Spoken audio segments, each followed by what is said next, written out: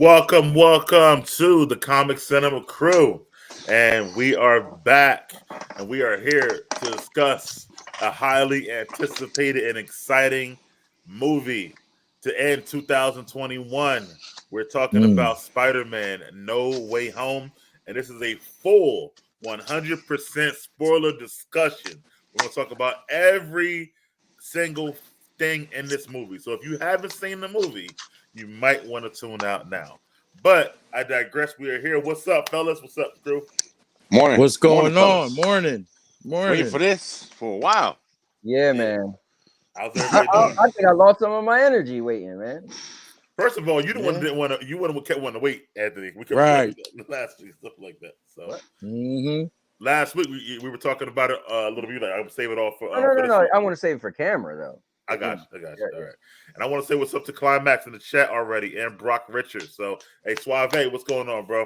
You know, he's always on all of our shows. We always appreciate He's him. dying. He said, man, I want to do Young Brock. some type of content. Like a stream, just a stream or something. You want to have you on a stream.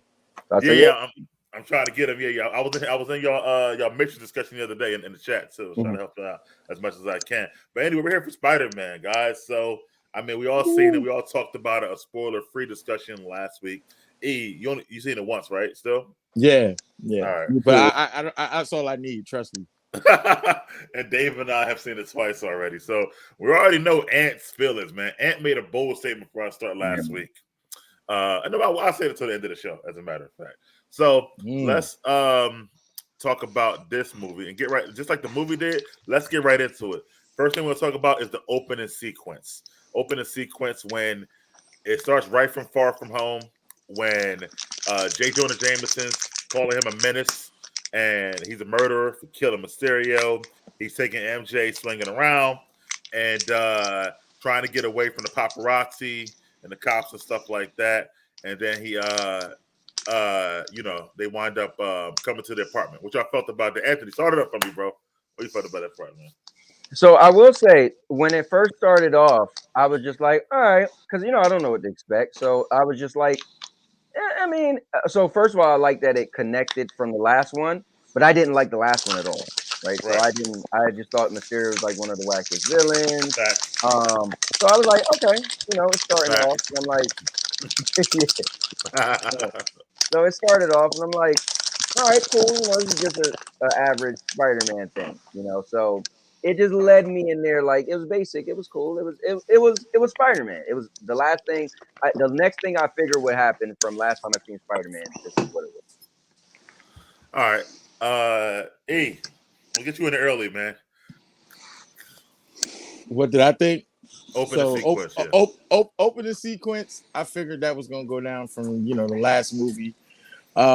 I think the villain from the last movie opened it up to be very dangerous for Peter Parker. I can't say the villain was whack when, he got his identity out there more than any other Spider-Man's villain ever did.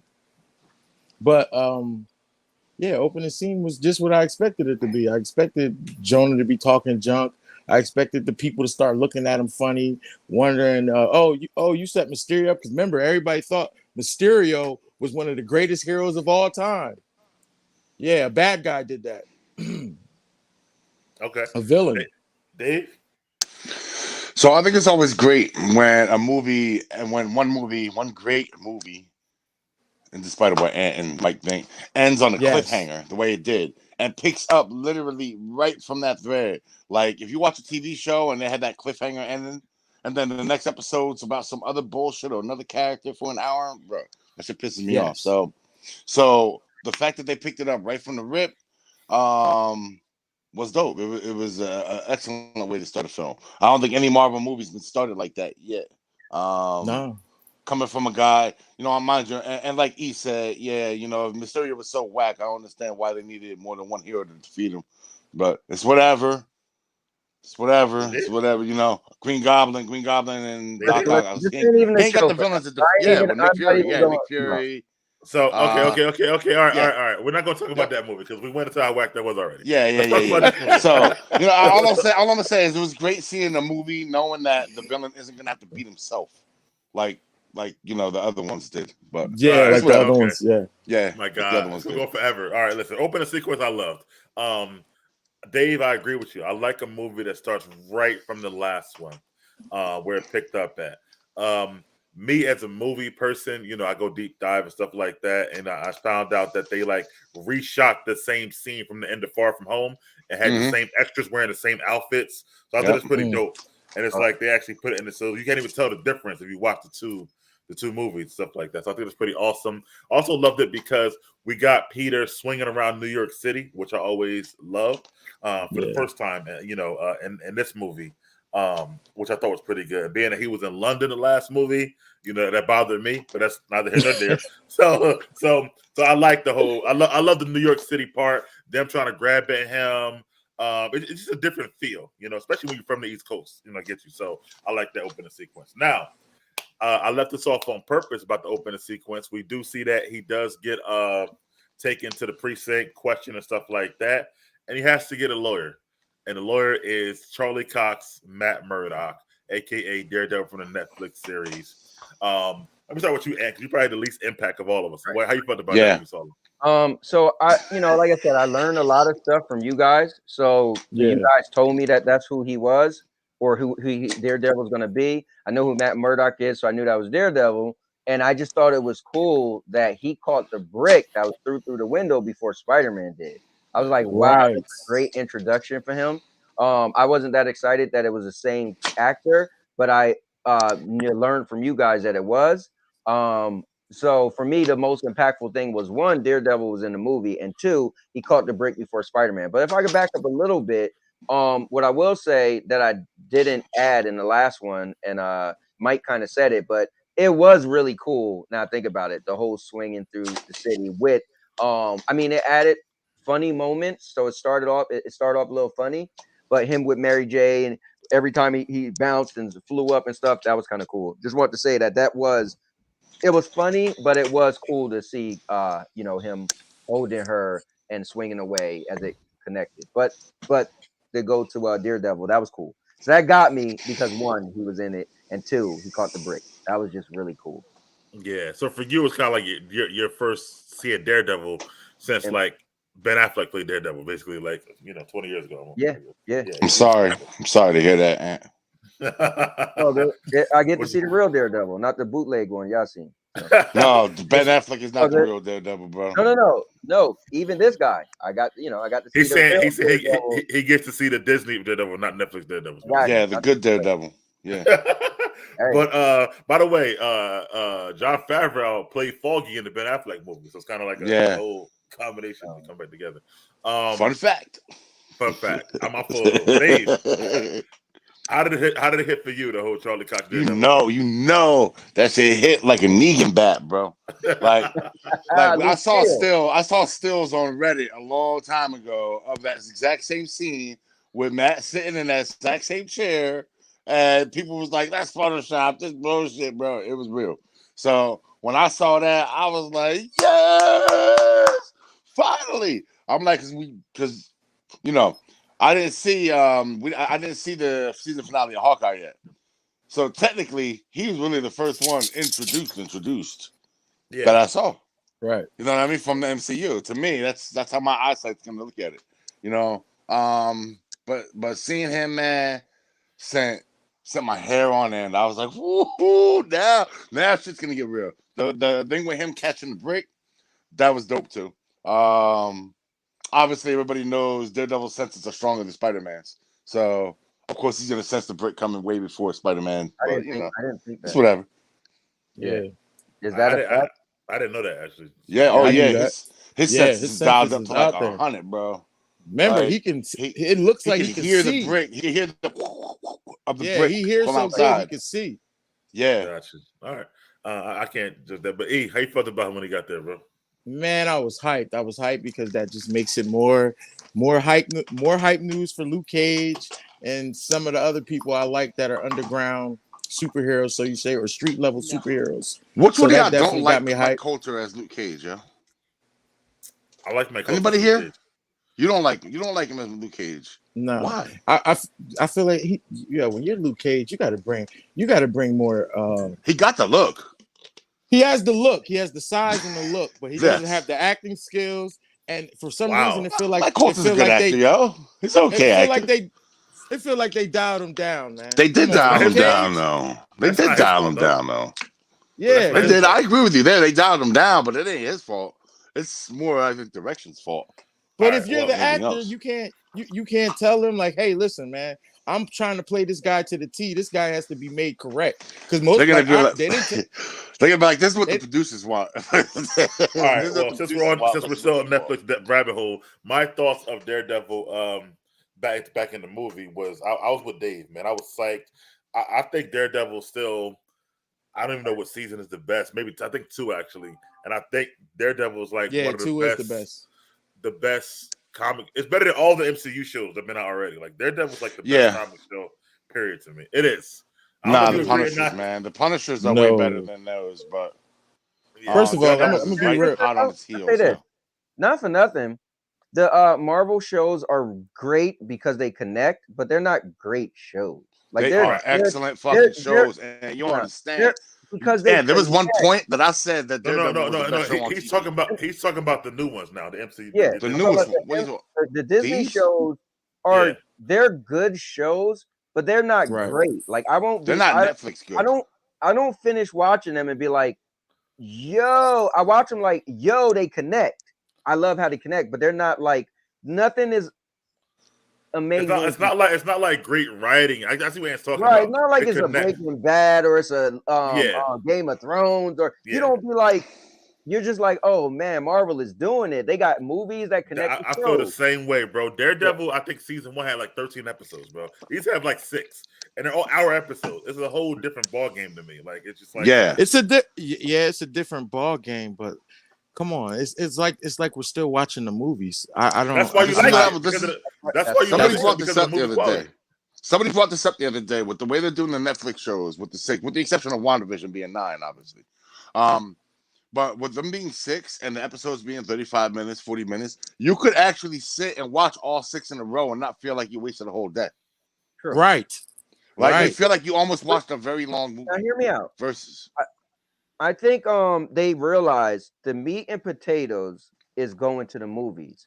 I don't think they're gonna write. I don't think they ever want you to feel like one of the shows is better than the movie, because then you got a problem. Then you might have to the people might start wanting the shows more than the movies, and I don't think they want that to happen. I think they want. Remember, they originally said, you know what they'll do? They'll do what they did with Shang-Chi. They'll just convert it to a show. We'll convert it from a show to a movie. If they want the characters they got to play with right now, and they see the Disney numbers spike like 200 million people watching the show, better believe that next season is going to be in the movies. But hear me out. See, they could do that because he's a brand new character. He doesn't have the lineage as like you're not going to get a Captain America series on Disney played by Chris Evans. That's not going to happen. You're not going to get. I agree with that. Iron Man show played by Robert Downey. That's not going to. No. Those characters are done. Yeah, they're done though. Thor not doing that, either, but they're big ticket characters. I know what Ant's saying. Either. You will not get Ant's saying you're not going to get like the top ticket. You'll never get an Incredible Hulk show. You're getting She-Hulk, not Incredible Hulk.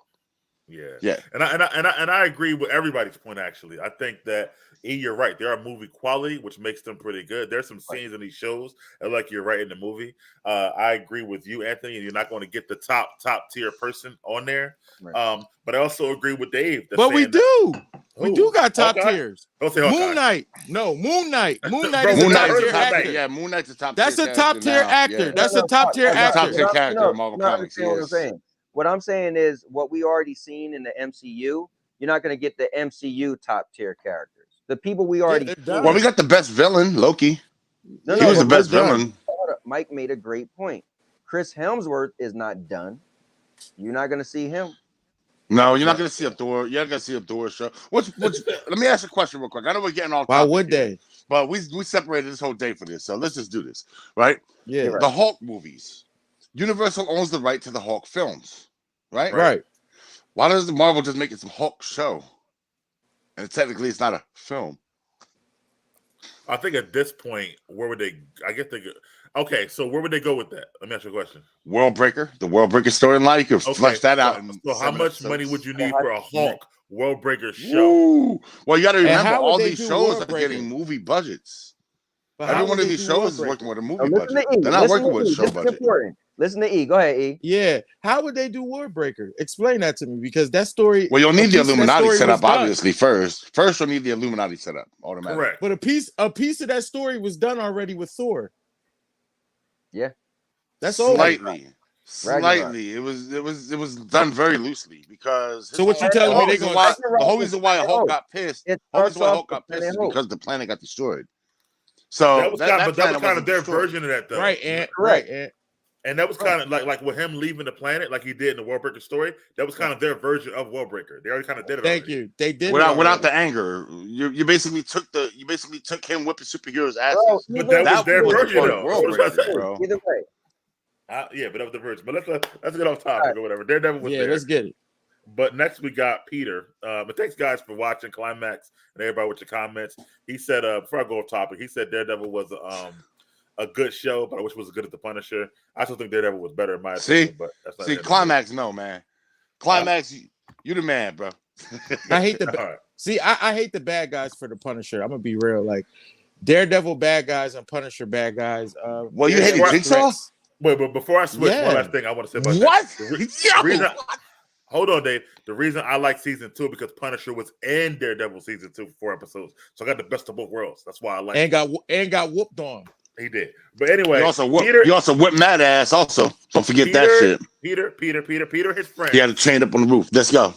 They can't get into college, right? So Peter and Aunt May, they moved to Happy's condo, trying to live a normal life again. Obviously, people still hate him. They get hit with green paint, stuff like that. Yep. Peter, his friends can't get into college. They all want to go to MIT, and they can't get in. It was a sequence, kind of like a like a sequence where they show all the colleges they can't get in. They come to the diner and they all can't get in. I'm gonna stop right there. How y'all feel about that small part right there in the movie? Anyway, Dave. Inconsequential. Right. To me, honestly. I thought it was a weak plot device to decide to go run off to Doctor Strange for. I agree. That's my issue with it. Just because you ain't going to school. I don't call it inconsequential, but I will say it was a weak plot device for me. But go ahead. Yeah, it was a weak plot device to get him to run into the arms of Doctor Strange. I can see if enemies started coming out the blue looking for him, or someone threatened Aunt May or something like that, then yeah, that might be bigger things. But it was inconsequential to me. You know, I knew at that point they were just setting up the story. If anybody hasn't seen it yet, that would be the part where you want to go get like refills on your soda, popcorn, whatever the hell. All right, it lasts about 2 minutes too long. But yeah, it was just a part. That's all. The best part of it was Flash busting in there talking about no sleep to Boston. Yeah, that too. The whole they go to the school. The school's got the whole celebration for Peter, the teacher, all that's in there. So, and we felt about all that stuff. You know me, I'm not super into the comedy, but it was kind of silly because, like Dave said, you would have thought villains would have came after him, but I thought they used a little level of realism that was kind of cool. If you didn't have some villains lined up, and you want to go the other route, the comedy route, the family route.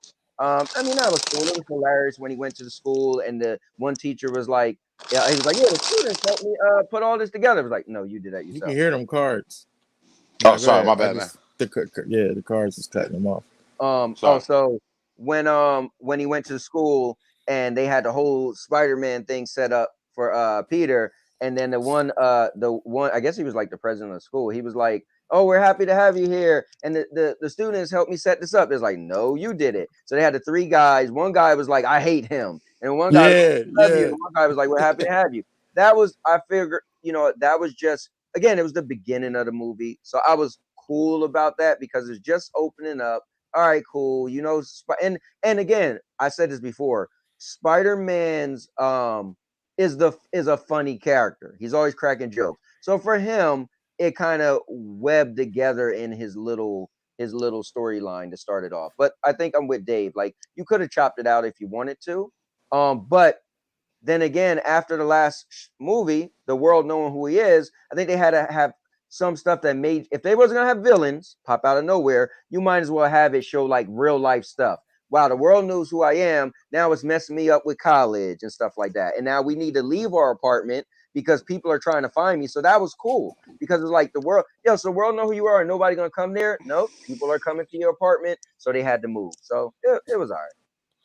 I agree with you. I agree with you guys. Like, I really do.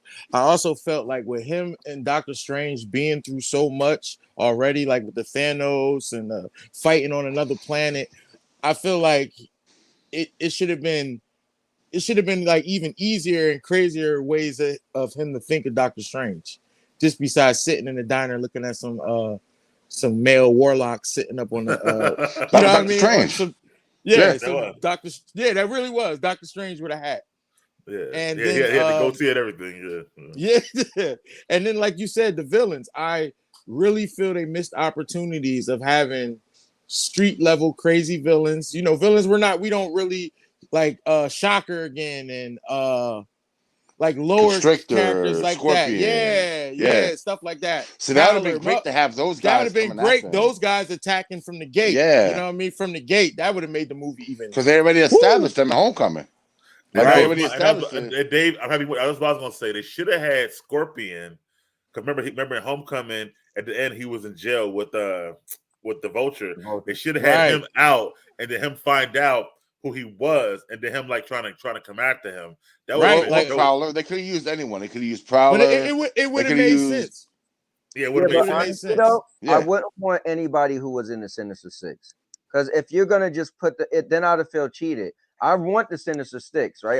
Those guys, Constrictor, he and the Sinister Six guy. Yeah, that's what I'm saying. Use him, use the Prowler, but don't use Scorpion, because I'd be like, all right, you could have just add him. You know what I'm saying, to give me that. Then you cheating me a little bit out of something I want to see one day.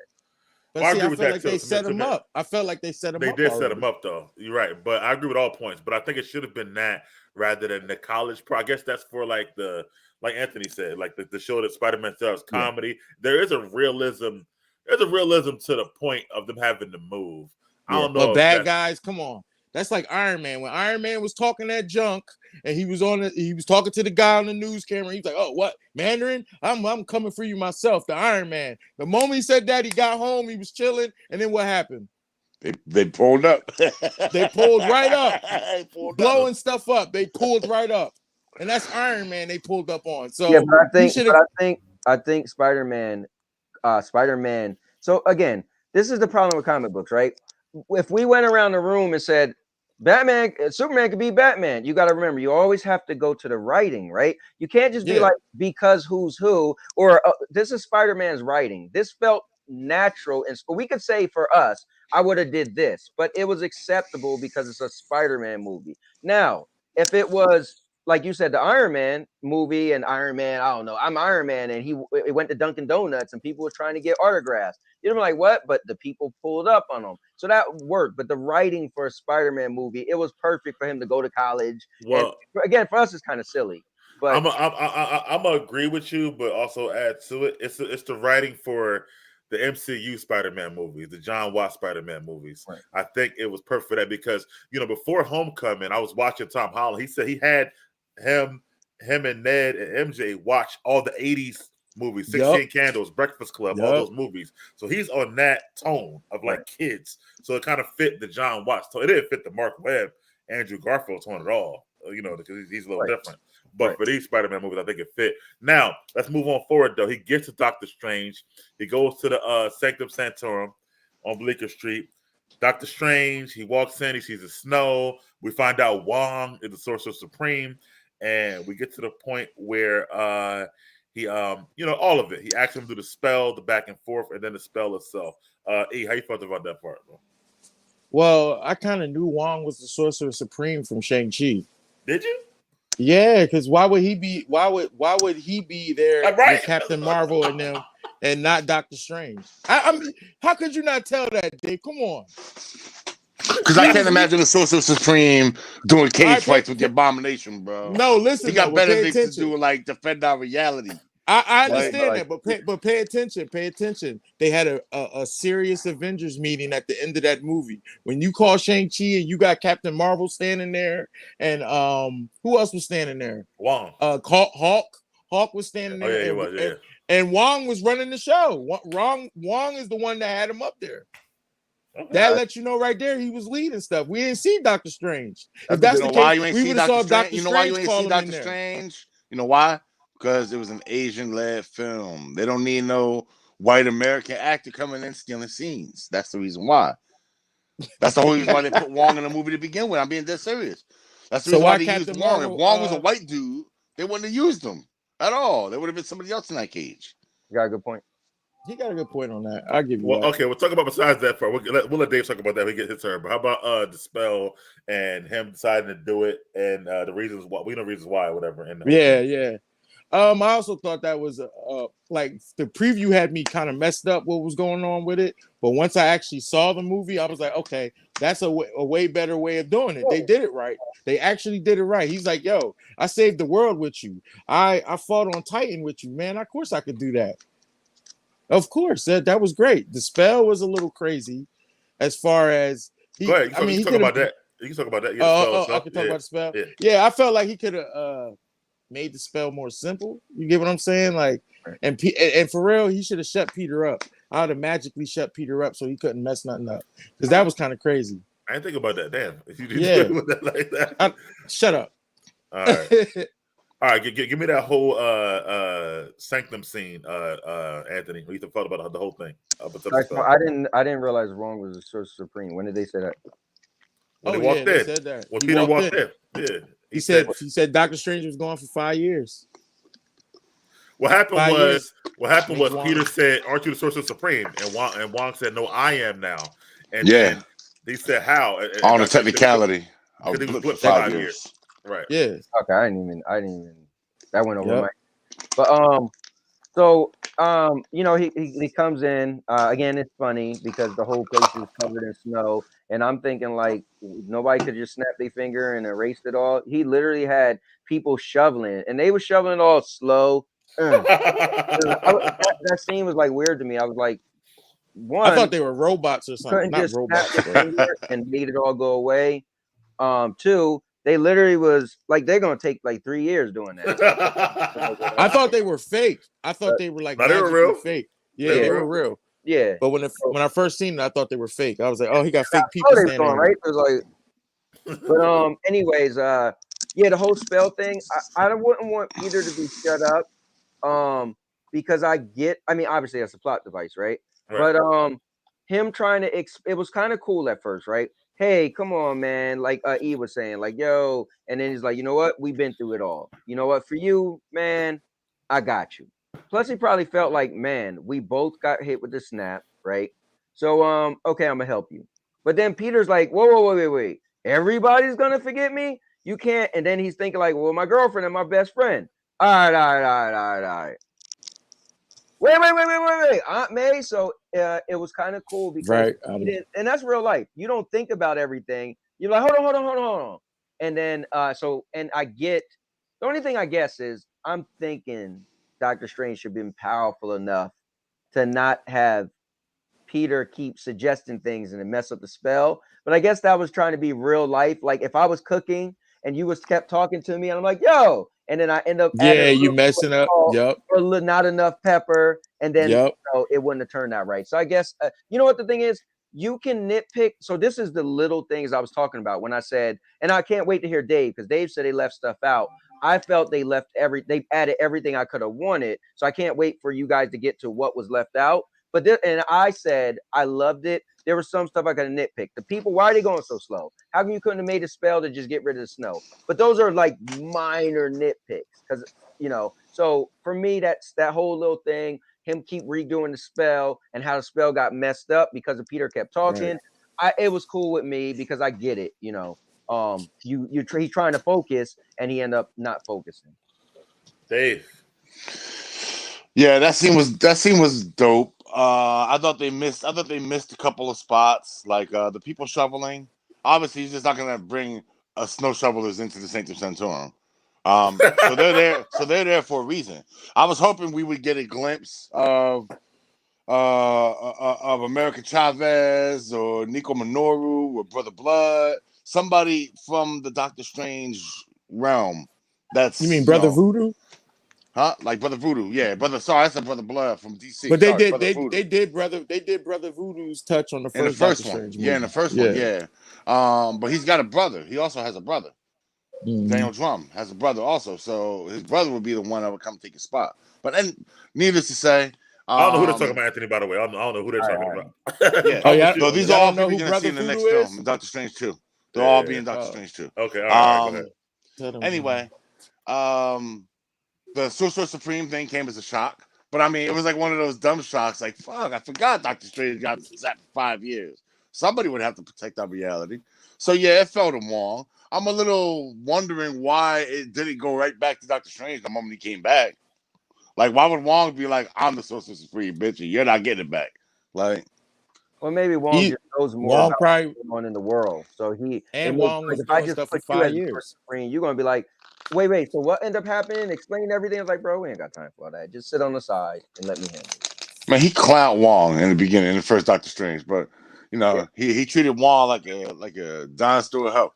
But straight he did, yeah. But you know what's crazy? Now when I watch WandaVision and Agatha said you're more powerful than Sorcerer Supreme, now it makes sense because it's Wong. I'm like, okay, now that gotta make sense to me a little bit. Right, it makes sense now. Yeah. Shit. So yeah, and then the part where Peter interrupting the spell, it seems like Doctor Strange. This is why I started my suspicion receptors started going off on Doctor Strange. Because the real Doctor Strange would have been pragmatic enough to be like, hold the fuck up. Tell me exactly what the fuck you want. We're gonna do this shit one time. He's not gonna be like, okay, stop. Okay, stop. Okay, we're gonna change it. Okay. It just seems something very, you know how Doctor Strange was all about protection of our universe? No, you're right. Because and then now he's down there altering spells in the middle, knowing that he's fucking up.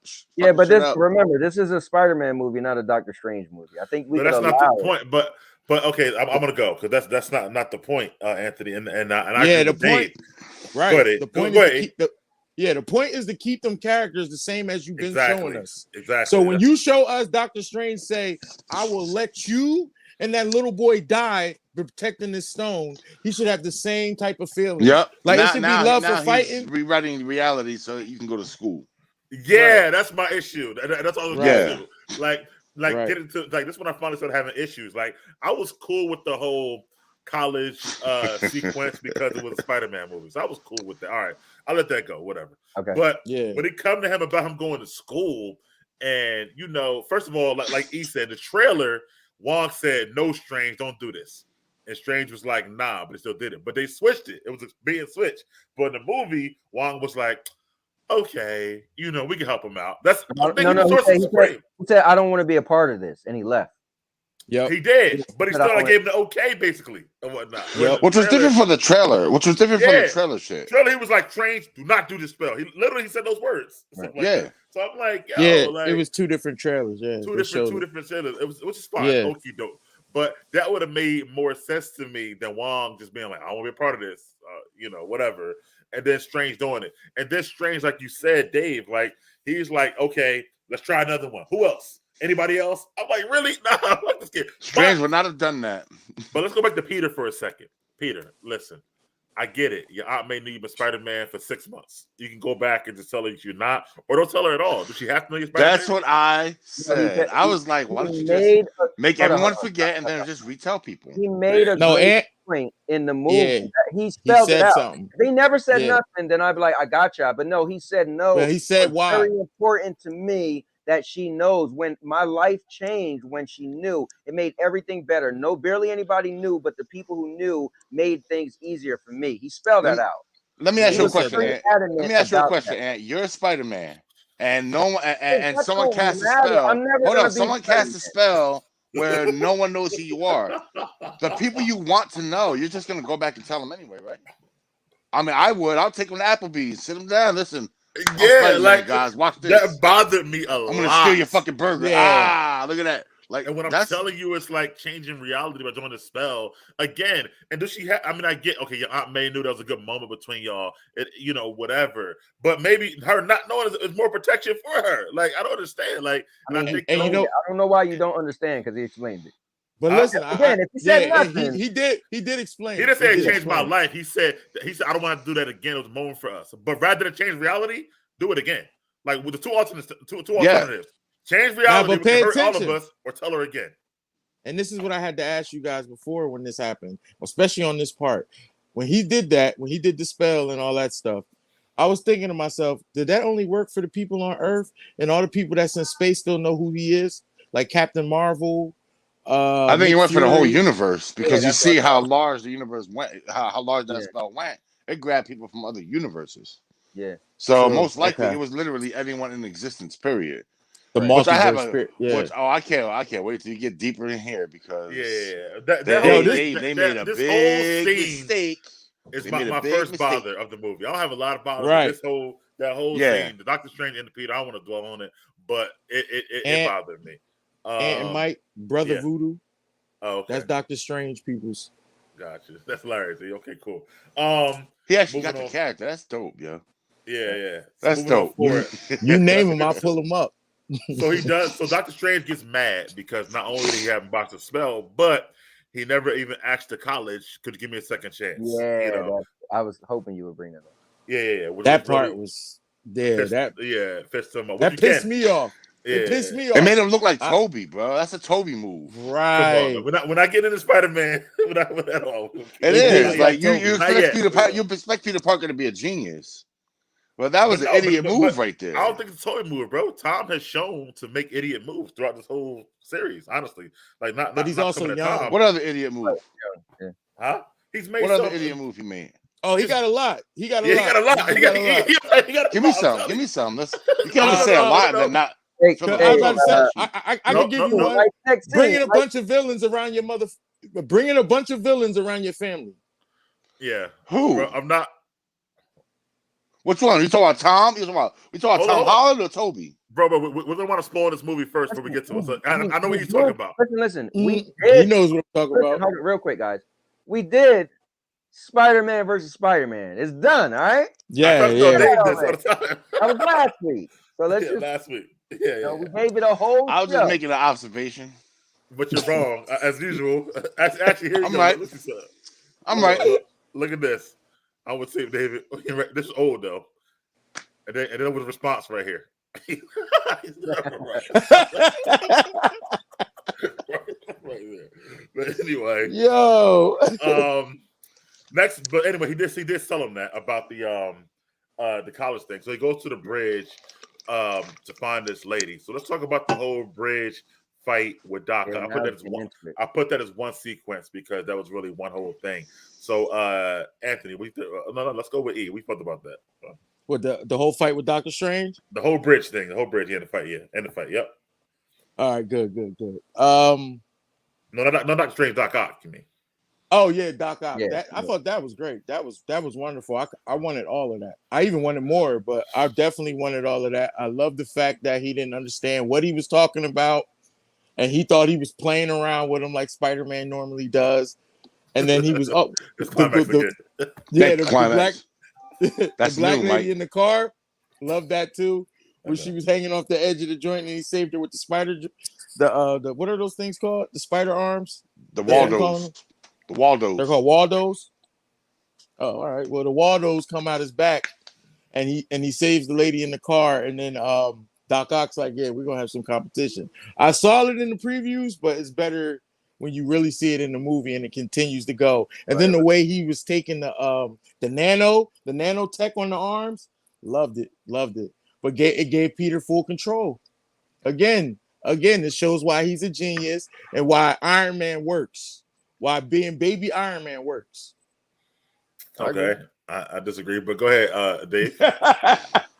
All right. So the first time I didn't think about this because I was just too wrapped up in the excitement of No Way Home. Second time around, how the fuck did he find that? How the hell did he know what car that lady was in? Yeah. How do you know? How do you know? Talking about Peter? So hold on. Easy. I thought about it. You just said how you know. I got it. I thought about it. The suit obviously helped him identify the license plate. I was just about to say that. Yada. Yeah. All right. So that was the first thing that hit me, though. Second, his suit is made of nanites that can pretty much mimic any clothing, anything else. So why are you gonna show up in front of her in wrinkled ass suit? Like, did you tell this? Could you tell the spider suit? Yo, get wrinkled. Fuck that.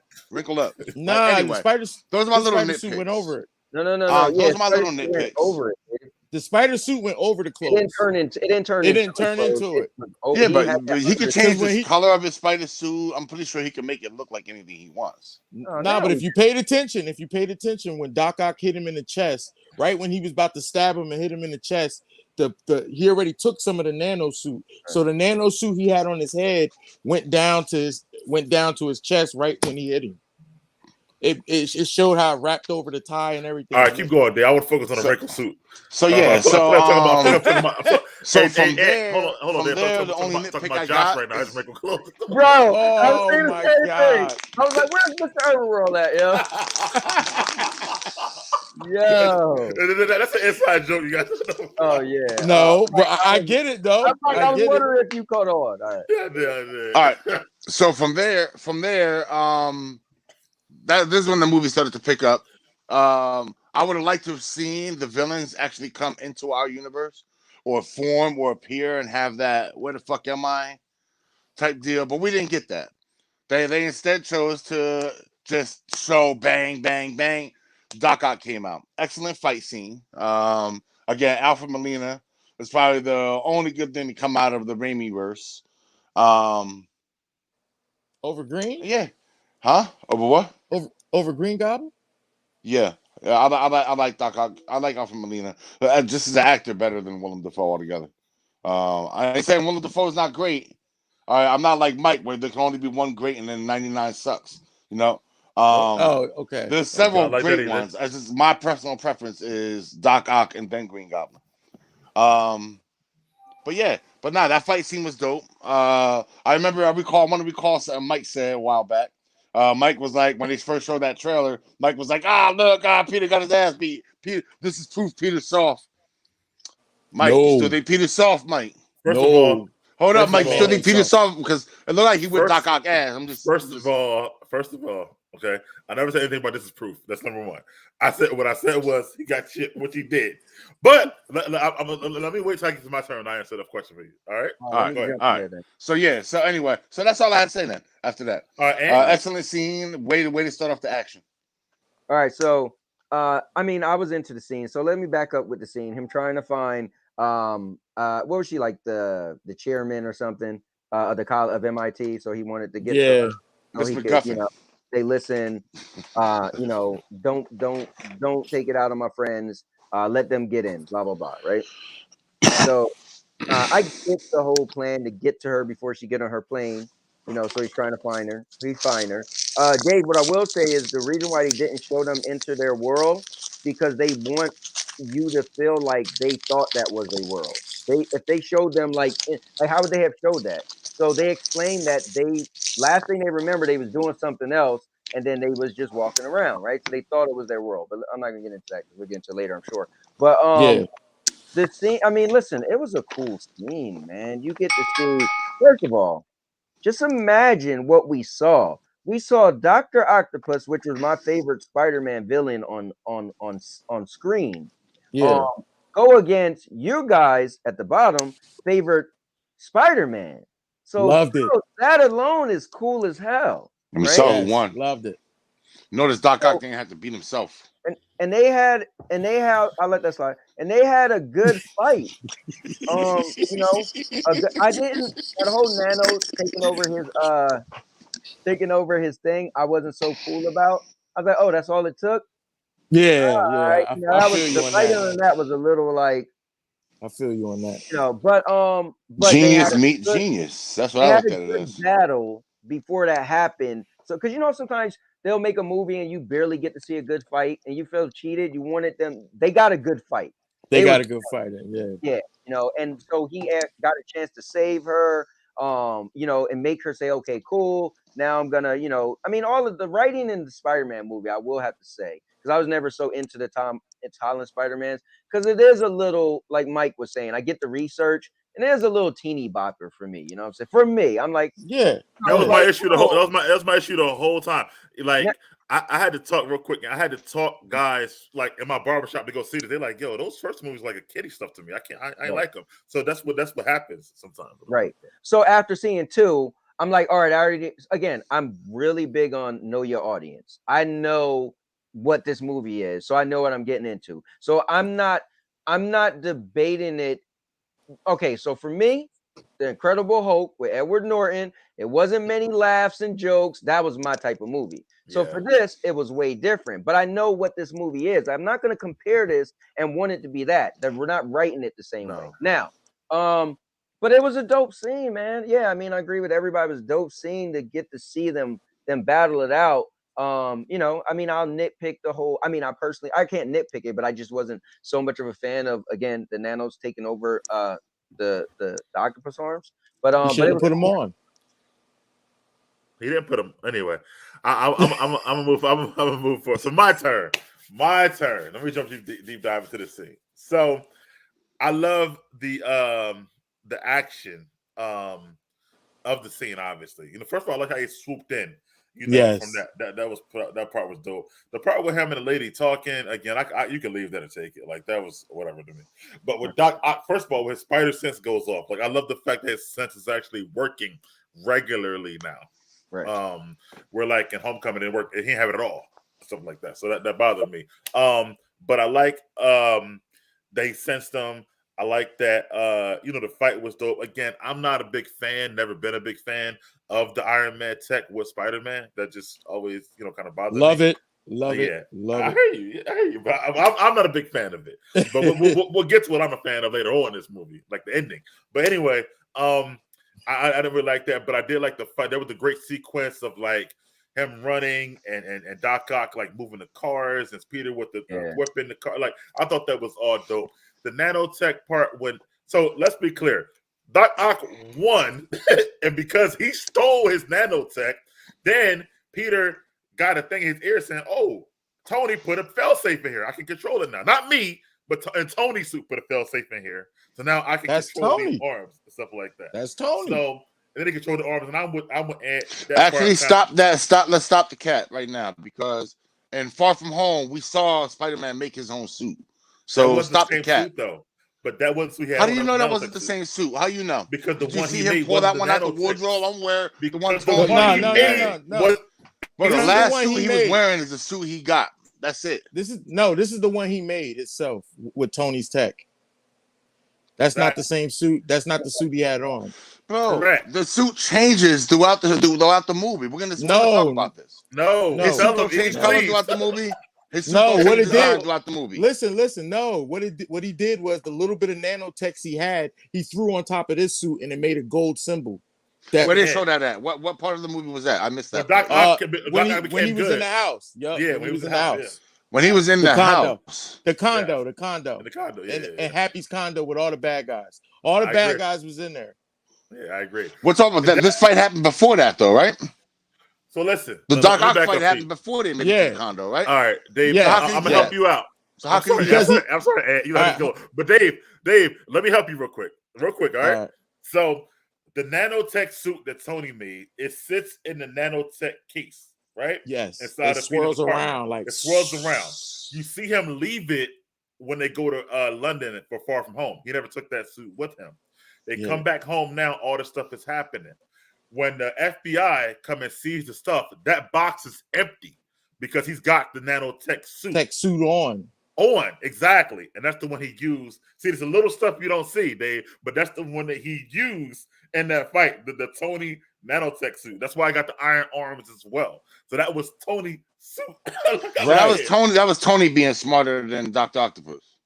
Basically, you can say that. Oh. Okay. And I want to go back. Dr. Octopus does not seem not that smart. I want to go back too, because people might not realize this, because nanotech came now in the MCU. But Green Goblin and Spider-Man 1 actually mentions nanotech way back in 2002. Right. So it was already coming in the play when he talked to when he talked to Peter. But anyway, I did like the action sequence. It was great. It was well directed, well choreographed. And I'm going all the way to the part, when he did get the lady up from the bridge, and then his spider sense goes off again, and we see it's a Green Goblin bomb. And just to hear that, and you guys didn't include that, but that's where I wanted to go with it too. But just to hear that iconic Green Goblin laugh, yeah, coming on the bridge, his spider sense going off again, and the bomb sitting there. Now the weird thing to me is, Strange pulled him away at that moment. But I'm like, he just threw a bomb on the bridge. We can throw some more bombs on the bridge. Who the hell else is there? Like that. So that part kind of bothered me a little bit. But besides that, I did like how that came to an end. Now let's move forward. Hold on, let me go to my y'all can talk about that too, the whole Green Light part if y'all want to. But the next part is they get to Strange's basement. We find out that the spell was botched. Strange already been fighting a lizard because he already got chipped up a little bit. He got him in a case. And then Strange tells him that it was botched and that he needs to bring these villains back so he can send them home. So that whole part of exposition, let's say, what's going on. How y'all felt about that? Let's start with Anthony this time. Yeah, I was about to say, let me real quick before we start. Are we diving into the reasoning why it was these villains yet or no? Yeah, he said that on this part. He did, yeah. Okay. Just want to make sure because he said that. Strange said that. Yeah. Go ahead. So let me jump in there real quick before Dave take over the rest of the show. So now I'm gonna make it simple. In my head, watching the trailer was like, okay, so what are they gonna do? How many villains are in the show or are gonna be in it, right? And so it was cool. Like, okay, so like you're thinking in your head. So in my head, I'm like, yo, are they gonna have the whole Sinister Six? Like, what are they gonna do from the trailers? So this was cool just to show, okay, this is how we're gonna get rid of them.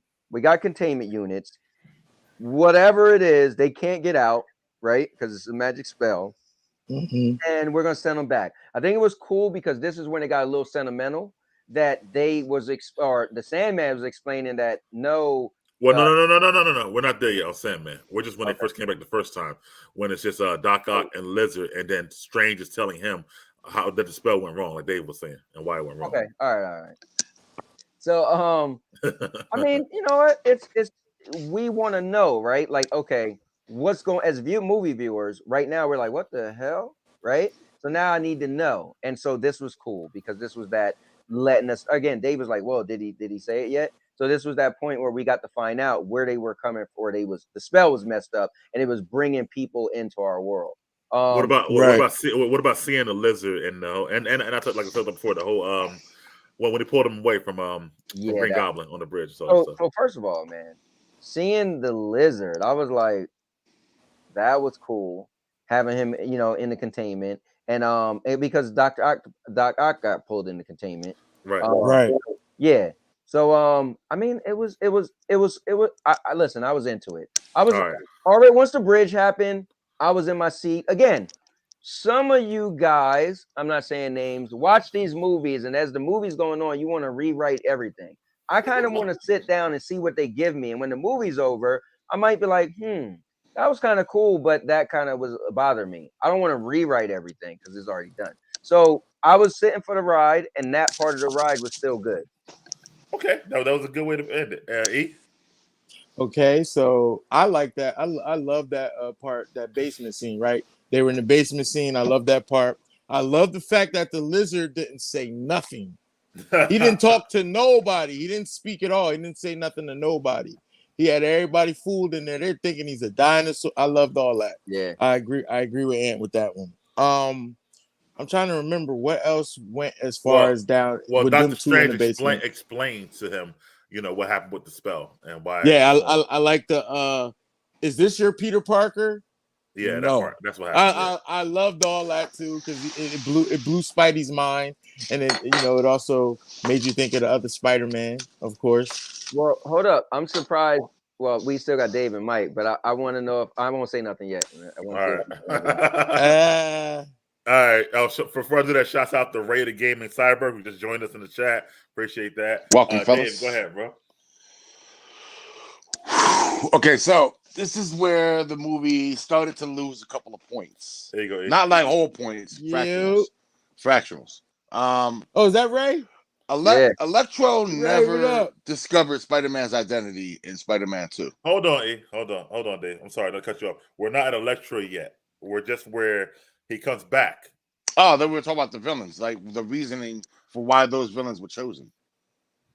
No. We're where he first comes, where Strange pulls him in, and he tells him that these people are coming because you botched my spell. We're not at when Spider-Man goes back. But then he asked Dr. Octopus in that same scene, right? Do you know a person named Peter Parker? Yes. Yeah. Is this him? Yeah. No. But Electro wasn't there yet. Yeah, no, okay, but I understand. But Doctor Strange this is why I asked the question before we started talking about this, Mike, because he's telling him that these villains are here because they know that he's Peter Parker. Okay, all right, go ahead. So just moving just a little bit forward, just for a minute. Yeah, that's fine. How did Electro get there? I agree. Electro never knew Spider-Man was Peter Parker. That was a mess up. That was. Yeah. All right. That was. That being said, I guess they needed to throw somebody in there to make it more villain packed, whatever. That immediately triggered. So I was like, okay, that's weird. Second, he was like, these are all people that died fighting Spider-Man. Sandman didn't die. Neither did Lizard. At the end of Spider-Man 3. Lizard he didn't die. Huh? Yeah. Who? Lizard. He didn't die either. Lizard didn't die either. So no, he's on Go ahead. So it was really fucking with me because I'm like, yo, the way Doctor Strange is explaining this, he's all over the fucking place. I think he was just talking about. And I'm like, that blew up my Doctor Strange suspicion sensor again because it told me that he doesn't know what the fuck's going on. He's just trying to give some explanation for how it can go on. Maybe that's the case. He just didn't know fully 100%. Yeah, or maybe he was just a little too eager to break into these other multiverses. Okay. I will say, again, Anthony, you're right about people trying to rewrite it on their own. I will say these movies, comic films, you got your super high comic movie cinema fans like Dave and me and E who know everything that happened and stuff like that. Then you got like your novices like you who just go. Then you got people who don't know nothing. So for somebody who didn't know nothing, that part probably served them well because they never knew. Probably Electro didn't die. You know what I'm saying? Yeah. Well, Electro died, but I'm sorry. That Electro didn't know Peter was. Yeah. Or that whatever. So I feel like that's it for them. Then Anthony probably didn't bother him too much, but you and I are picking out like, wait, Electro didn't die. What are you talking about? Stuff like that. So it's maybe the thing. I watched all the movies, but that was how long ago? I don't remember. You know what I'm saying? Like, it was a good. It was all right. Right, I got you. I will say this. I'm sorry. Are you done? Go ahead, I was almost done. Go ahead. So Lizard standing in the cage. I didn't know whether it was rice hyphens or not. It was rice hyphens. It was. But that's kind of fucked up that he didn't get some top villain billing because whatever. I guess his name carried up Jamie Foxx weight. His name don't ring bells. Yeah, his name don't ring bells in the hood, so to speak. I want can I be real with you guys? I don't think those guys were really even in the movie. The Sandman. Well, Flint Marko actor definitely was. But hold up. Once they turned back, right? If you pay attention to when they turned back in this movie, they did those were the same exact moves in acting. All that was the same in the movies they died in the other Spider-Man movies. So when the Lizard got turned from the Lizard to the Doctor again, it was the exact same. You could play the scene. Super skipping. You are. Am I skipping? Yeah. Let's let Dave go because we're almost an hour into this. So. Oh yeah, no. That was all I was to say. That started. I started hitting it with the what? Hold on, what? Doctor Strange? What? That scene there definitely they took a couple of little plot hole shots, but other than that, it was good to flesh out the story. All right. So go ahead. You go on. You go ahead. All right. Thanks, Dave. For me, I felt like it's weird. Like, movies are already long, but I think it would have been dope and maybe have it on a Blu-ray, I guess, to show Doctor Strange catching a lizard because we do see that he is, scarred. Right. But something had to happen, so I think that would have been pretty cool. Let's see a little bit of that. Besides that, I thought it was good exposition. I liked the the Doctor versus Doctor encounter, like where Doctor Octopus is like, "Yo, who are you?" It's just like a magic trick or a party, birthday party or whatever, and stuff like that. Just throw that in there. Yeah, and Doctor Octopus not realizing, or I guess not knowing that magic exists because of his universe, it really kind of didn't. Or at least they didn't, because they did mention it's Doctor Strange in the Raimi universe, but whatever. I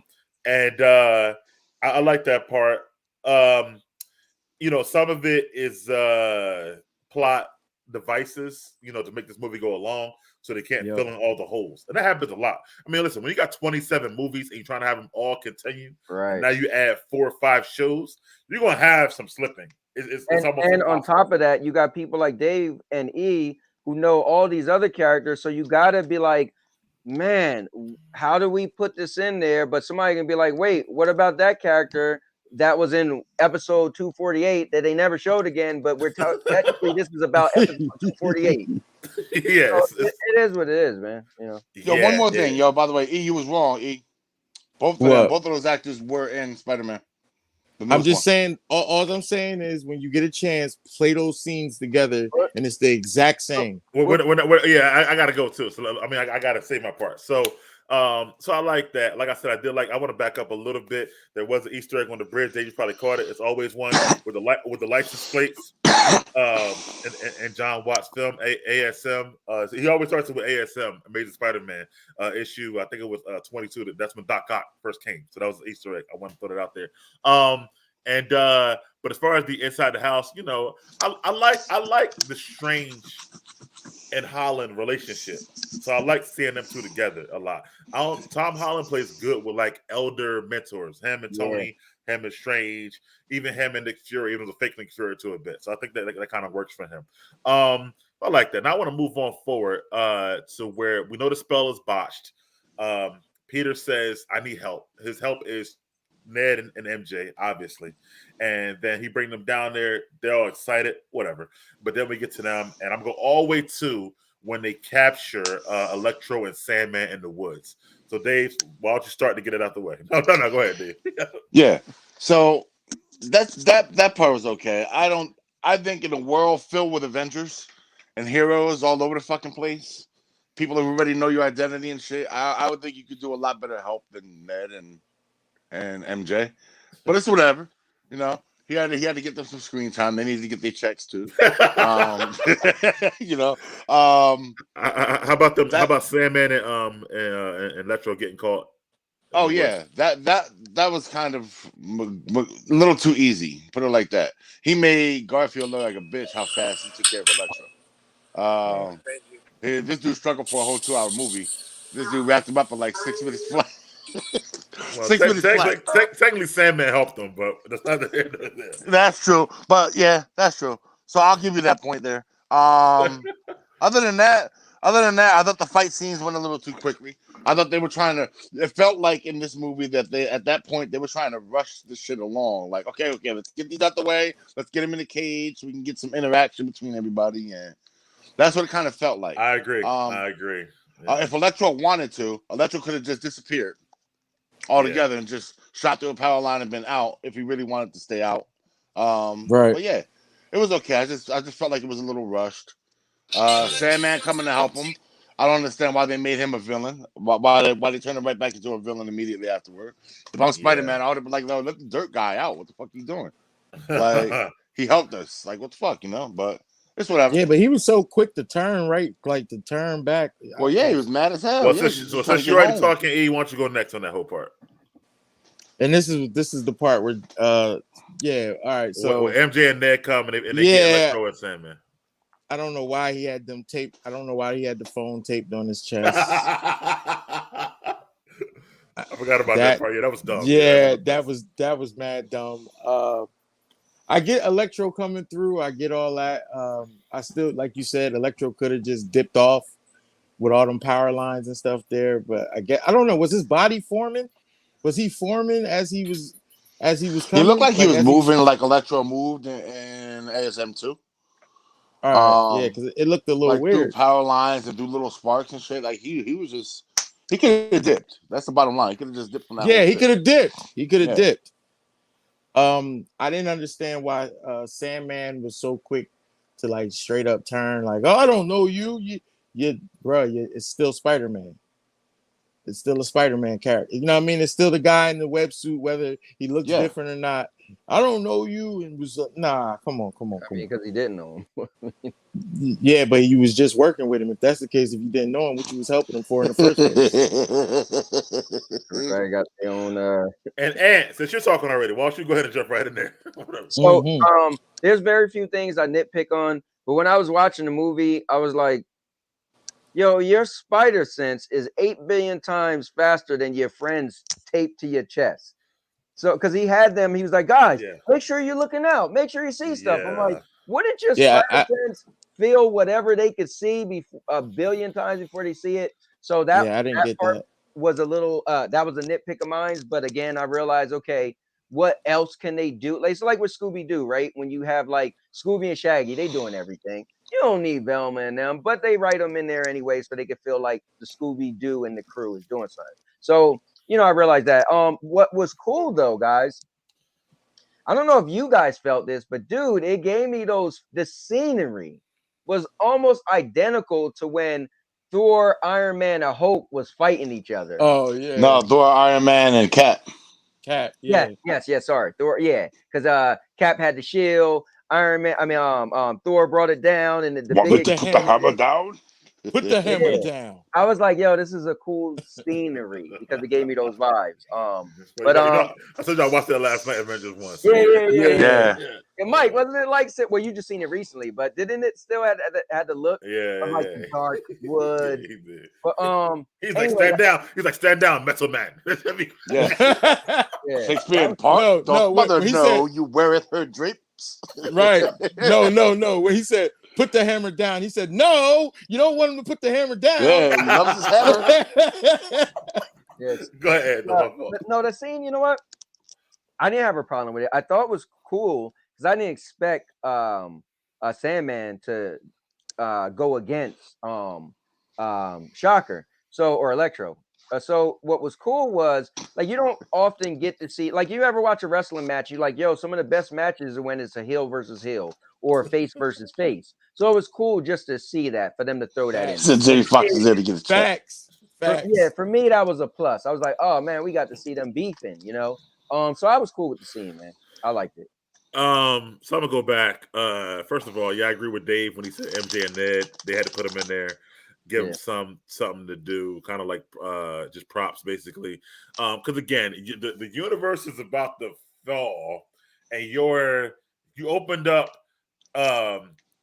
portals to send in other people from other universes, and you're like, I need help. Let me call these two teenagers to help me out. Like, really? That's it. All right, that bothers me, and I don't like plot devices, bro. That bothers me a lot. Because even and they try to do it early by saying when he was in the in jail or whatever that like nobody can help you. Nick Fury's off world. Blah blah blah. This and the third. That was the only one he mentioned. Nick Fury. He's off world. But bro, he knows a lot more heroes than that. You see Endgame?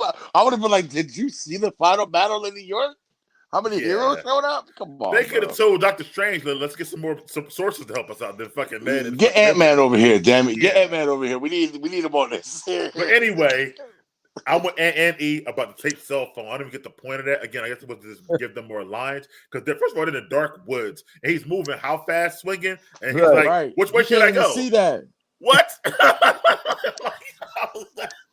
Can they even see that was just stupid. That was just stupid. Dumb. Yeah, on top of that, they earlier gave him the green. He got hit with the green paint, and then he tries to get it out with some sort of washing detergent. So now he looks like he got a black suit on. Again, that was for visual stuff and to sell more toys. I don't like that either. Like, we thought it might have been like a new suit or something like that, but it was just like a paint with he couldn't get the stain out. I don't like that either. The whole Electro scene, like, I thought seeing this new Jamie, I thought Jamie was dope, and I'll get to that later on. But I don't think Jamie came here to get a shot. I thought Jamie did his thing. I thought Flint Marko redeem himself. I think Flint Marko was true to who he was in Spider-Man 3, which is not a great movie, Dave. I don't give you that. But I thought Flint Marko was one of the best things about that movie. I think he was true to himself. in that movie. However, I do agree with you too, Dave. Is that once like they get there, dude only wanted to see his daughter, like to get back home. Like he was never a threat, Right. at all. So I kind of like feel like they kind of kept changing his character back and forth for no reason. And then Dave, I Yeah. agree with you as well. I thought this is where like the pacing of the movie didn't feel even to me. It was like it was slow at sometimes and then fast at sometimes. And this was like, yo, let's quickly get them all together, and then we can start, seeing how that works out. So that kind of bothered me as well. So this is when like I said, started getting some of my nitpicks. And again, it wasn't really a fight. It was more like, Sandman swirled around him and then he used it to get there. So I don't know. There was some things about that I didn't like. But let's move forward. So they're in the he got them, and they come to the basement. Whatever, they talking to each other, and then he gets a call from Aunt May, and she's back at her she work at the homeless place or whatever. And then before that, we see Norman Osborn, and he breaks the mask, and now he's quote unquote normal Norman at this time.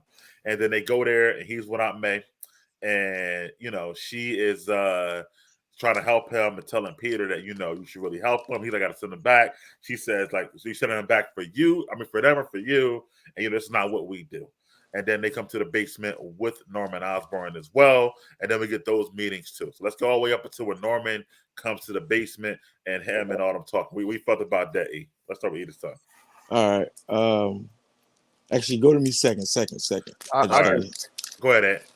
Well, I think one of my nitpicks was, so he just the helmet was that easily broken.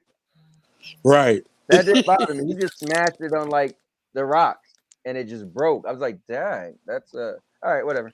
But I mean, I was like, the whole thing is he's always battling himself in his head. Mm-hmm. So I guess it was cool just to see him like, because the thing is, we know these characters are in the movie, but how are they going to put them in the movie? And will they put them in the movie to our liking? That's always the thing. I can't rewrite it, but I want to know, does it fit am I okay with it, right? So him, the way they put him in there, and he's, his mind is going from good to bad, and he's realized, you know what, I need help. Let me try to find Peter Parker, and he searches out Aunt May, and come to find out that isn't his Peter. I mean, again, dude, at this point, you're not gonna hear much negativity from me because I was locked. No, we don't want to. We want you to give your true opinion. Yeah. I'm just saying, like, even the audience. I was in it, man, and I was okay with the writing that bothered me was more the silly stuff. But I get it that it's kind of like a Spider-Man tone for me, so I was okay with it. So you were okay with the whole him and not okay with. I'm sorry. How you felt about the whole him and Aunt May? Then I wanted to go all the way to just let you know all the way to the basement where what did I write here? Where they all meeting each other and stuff like that. How you felt about all that? Right.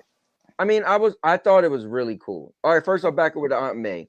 Him going to see Aunt May first was so compelling about this. For me, is that we got people that I've watched years ago from a different Spider-Man. Right. So to have that villain speaking to this Aunt May was just like, wow. Like I love, again, when we had X-Men Days of Future Past, I was like, dude, this is like never before done. So this was like that again, all over again. So but then get into the basement and you got pretty much all the villains there, and then their the Green Goblin or whatever you call it, Norman comes out and he's like, they're explaining like who died. No, you died. And I'm like, oh snap. See, this was hitting me. I was like, now they're realizing like, whoa, I died. Like, no, I didn't. Like, no, yes, you did. And it's like, oh snap. And then Peter's like, dude, I don't want, and he's thinking about Aunt May. I don't want these guys to die. I think it was all good to me. All good for me. All right, are you ready or Dave? You up? Yeah, I'm ready. Oh, go ahead. What's up? Is Dave ready? No, go ahead. I'm ready. Well, you go ahead. E. All right, good. All right, so yeah, I agree with Ant on all that. I like that his aunt was basically Uncle Ben for the MCU. I respect that, and so he's like basically to me he had two Uncle Bens. That's what makes our Spider-Man so so good. No, I'm not saying Go ahead. Yeah. So this what makes our Spider-Man so good. Now, when they were down there, I agree with Ann again. When these guys were figuring out that they were going to die, that that they became died. that they too. died, right? Yeah, they died, and Right. then they will die again. Yeah. And Doc Ock was not making that no better. The way he was saying it was just making it worse, especially for somebody like Green Goblin, the way he panics and stuff. So yeah, I definitely agree with that. I like the fact that the lizard finally started talking. Wasn't this the same scene where Ned was looking at the tree and he's like, "Is this a yeah?" So I thought all that was good. Keep it going though. I can't wait till you give my parts of the movie. All right. But yeah, that was good. All right, Dave. Yeah, I thought this whole part could have been the whole normal Ned thing could have been cut out completely. Yeah, you could have just left that on the cutting room floor. Oh, you talking about the whole part inside of the required. homeless center? You talking about? Well, yeah, like when he showed up to the homeless center. Yeah.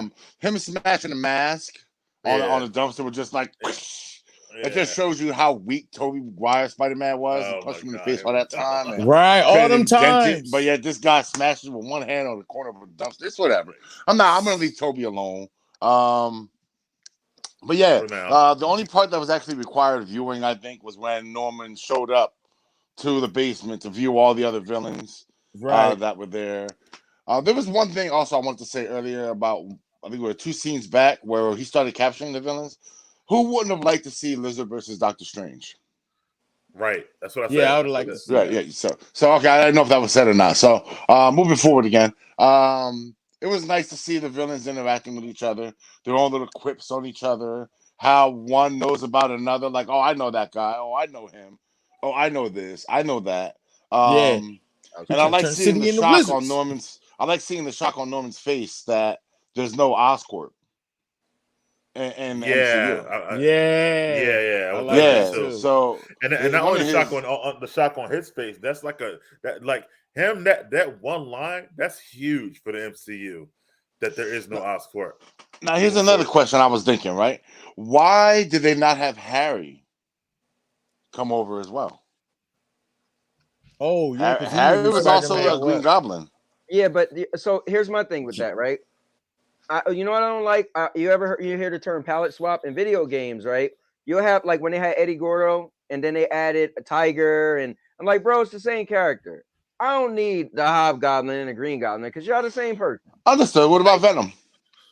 Why did they bring Venom over from the Spider-Man 3? Not from the new shit. Well, I think what Dave is saying, that like you say the spell did this, but it's not accurate to what it's saying. And it also didn't say villains. It said anybody who died fighting Spider-Man. No, it's not what it said. It said anybody who knew Peter Parker was Spider-Man, not who died. It said he said their fate is to die they all died fighting Spider-Man. He didn't say that's why the spell brought him though. No, he didn't say that. The spell brought him was anybody who knew that he was Spider-Man. Correct. Right. So technically, MJ should have came. Harry. Venom. Who said everybody had to come at the exact same time? Now, adding stuff. That didn't mean everybody in every universe just came at the exact same time. No, that just people was coming. So the thing they were slowly coming in. This thing, because we don't know who else is coming and when they're coming. This didn't mean everybody should just come at once. That would be kind of Well, we see a little. Ant's right. We do see a little of that later on. Yes. We see that. So anyway, but yeah, that's what I felt about that scene. The whole normal Norman thing could have went out the window. Just have him meet the villains and move on. Capture them like they did anyone else, and that's it. But I like the whole him and Aunt May scene. Not only could have been gone, but I think it kind of bothered me because I'm like, okay, Aunt May, I get they're showing you this pure, nice character, and like he said, the Uncle Ben of the story. However, in this regard, we're telling you they ain't even from here, right? And at this point, Aunt May didn't know they died, but she just said that Norman looks like he needs help besides the fact he's a villain. Like he needs maybe some mental help. He can get, like Peter told her, he can get it back in his own universe. Why would he get it here? And she's like, well, you want something back for her, for them, or for you? for all of us, bitch. Like, I'm sorry, but I'm just trying to figure out, like, why the fuck did, like, Oh man, that's funny. Somebody pause. Yeah, Yeah, that's all. Mike. Somebody Uh, slapped Comment the real pause quick. in the mic. So it's Suave's birthday on Christmas Eve. So happy birthday, Suave, aka the climax. And Happy let's see. birthday. And he's gonna have a birthday party Yes, tomorrow sir. at 6:30 Eastern. On YouTube. So it's gonna be pretty cool, guys. I'm gonna be a part of it as well. So I'll tweet it out if you guys want to just pop in, just say what's up. So Yeah, we're gonna pull up. but Mike, yeah, you happy? so let me jump in there. yo, no, I got it. I'm back. All I right, had to switch to my 5G. All right. What perfect. you do? All right, that bothered me about the Aunt May thing more than anything. I guess about that fact. I feel like that was just another plot device. There's a lot of them in this movie, but it's like in her eyes, she wants to keep Norman here. Let's say Norman, keep Norman here. Let him get some therapy for a few months, get better. Then let's send him back. What? That bothers me. So then they get to the basement. I love the basement. Let me ask you a question real quick, Mike. If he's just a regular person, right, that need help, what's wrong with it? But she knows he's from another whole universe, not another city. Another universe. That's She's fine. being told that he's a villain from another universe. And there's forget the villain part for now. Like what Ann said, forget the villain part. He's another person, which means he got a family there. Why are we gonna say let's keep him here for a few months and give him therapy? Well, a few months I'm saying, but anyway, fix him, whatever, and then send him back.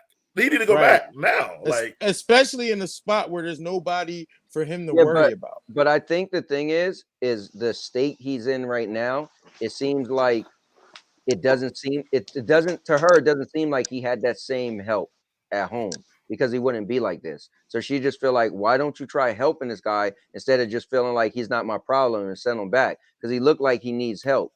I think that's the point to the story. That's the problem with chicks. They're always trying to fix a dude. I get the point, but if you're from another, let's say, universe, and the longer you're here is causing more and more problems. I mean, maybe I don't know that obviously. Let me say this, Mike. If you was homeless for 23 days, right? Yeah. And I met you and I got the resources to help clean you up, get you a job. For whatever reason, you was homeless for 23 days. It looks like your way wasn't working. But if I can help you out, then why not help you out? So I think she was the extra goody two-shoe. Like wherever this guy was at, he's disheveled. See where that got her. He looks like he needs help. So instead of you just feel like I'm gonna send him back, because whatever you sending him back to, it clearly doesn't look like he was getting help. I don't think she understood the stakes. I agree with you. She understand the stakes, but I think no. Peter let her influence him when he knew the stakes at some point. Right. So I'm more upset with Peter than Aunt May. And let's say shouts out to Matthias and in here as well. Oh my God! Yeah. This is one of my comic book guys. Hey, Mike, this was the guy when we watched Falcon and Winter Soldier and we couldn't figure out dude, and he was like, "That's U.S. agent." We was like, "Oh, yeah, my guy." He said he wanted to bring the wave cap. He do be having a wave cap for climax, stuff like that. I got you, bro. In the basement, though, I did like to see Norman, and just because that's my universe, I love to see Norman and Otto, talk to each other, stuff like that. That I felt like was dope. Even the fact that connected everything, how like Lizard and Electro work for the same Oscorp in their universe. Flint telling them, "Yo, y'all both died." Like, you know what I mean? Because first Otto was like, "Yo, Norman, you died," and Flint was like, "Nah, nigga, you died too." It's like, that was cool, yo. That was cool. I thought that was pretty dope. Again, with Flint, I feel like he should be like, "Yo, listen, man, I didn't die, and I don't need to be fixed. You can send me back now." Like, so I felt like with Flint, it was always like he was just there and stuff like that. He was like, "I'm not evil.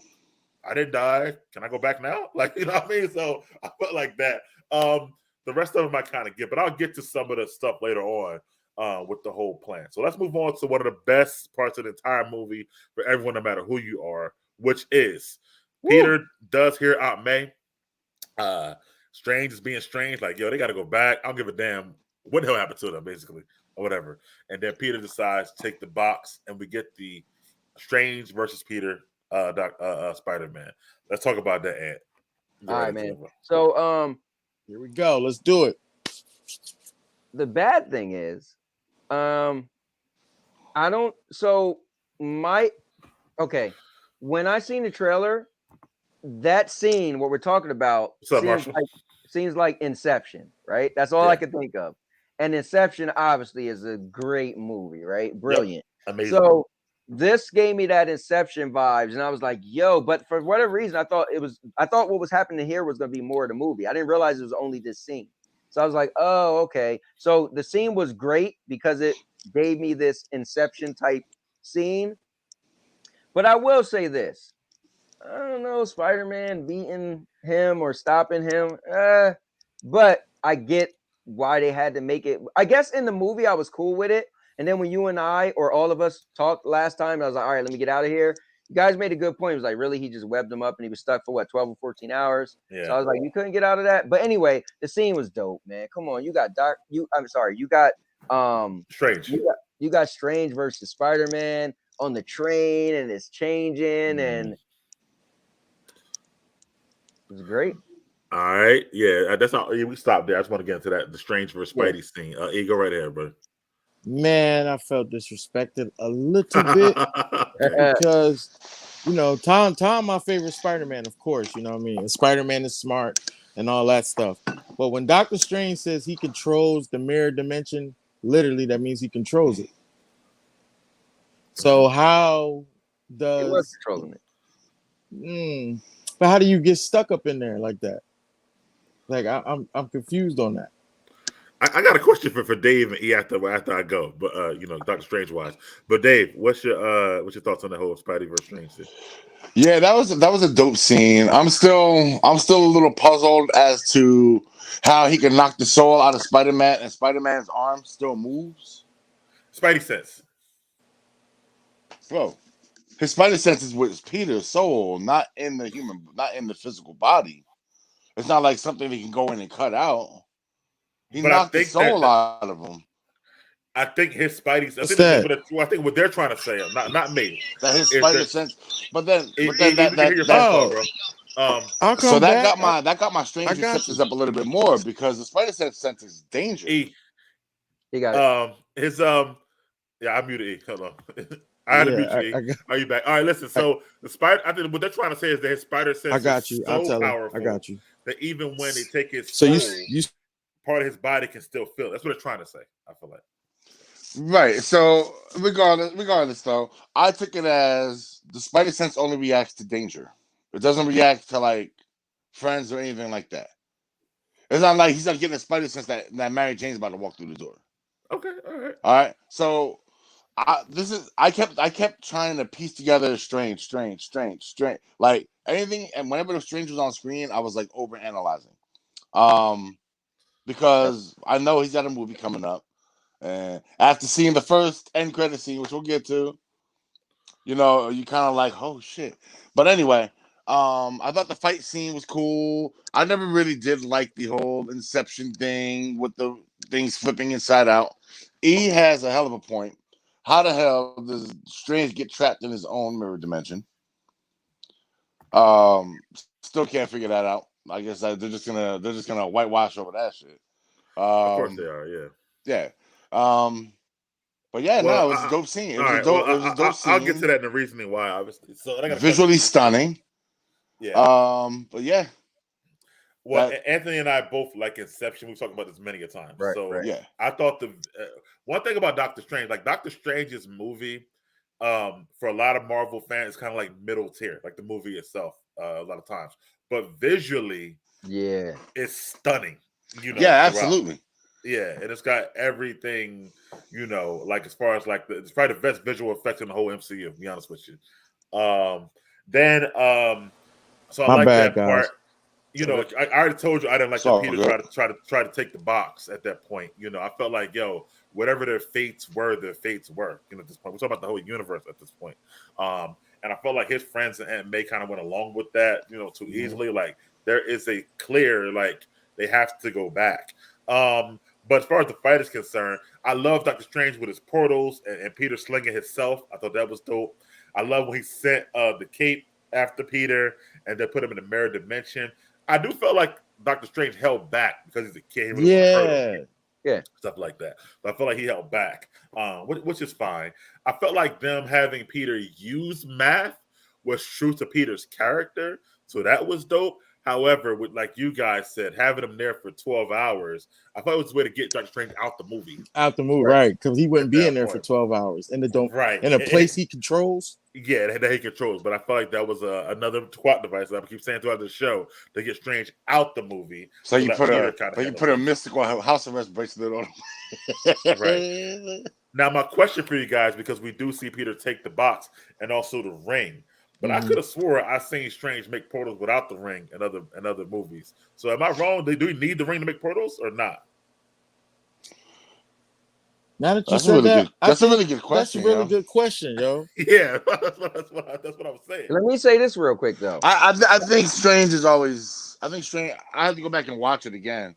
But I think Strange is He always definitely had the ring on portal. every time he made the portals. He had to have Well, the let me ring say on. this real quick. Yeah. What I was like, yo, if he controls everything, he could whatever the web got him tied to, he could just make move. And you guys mentioned the ring, and I'm like, oh, you know what?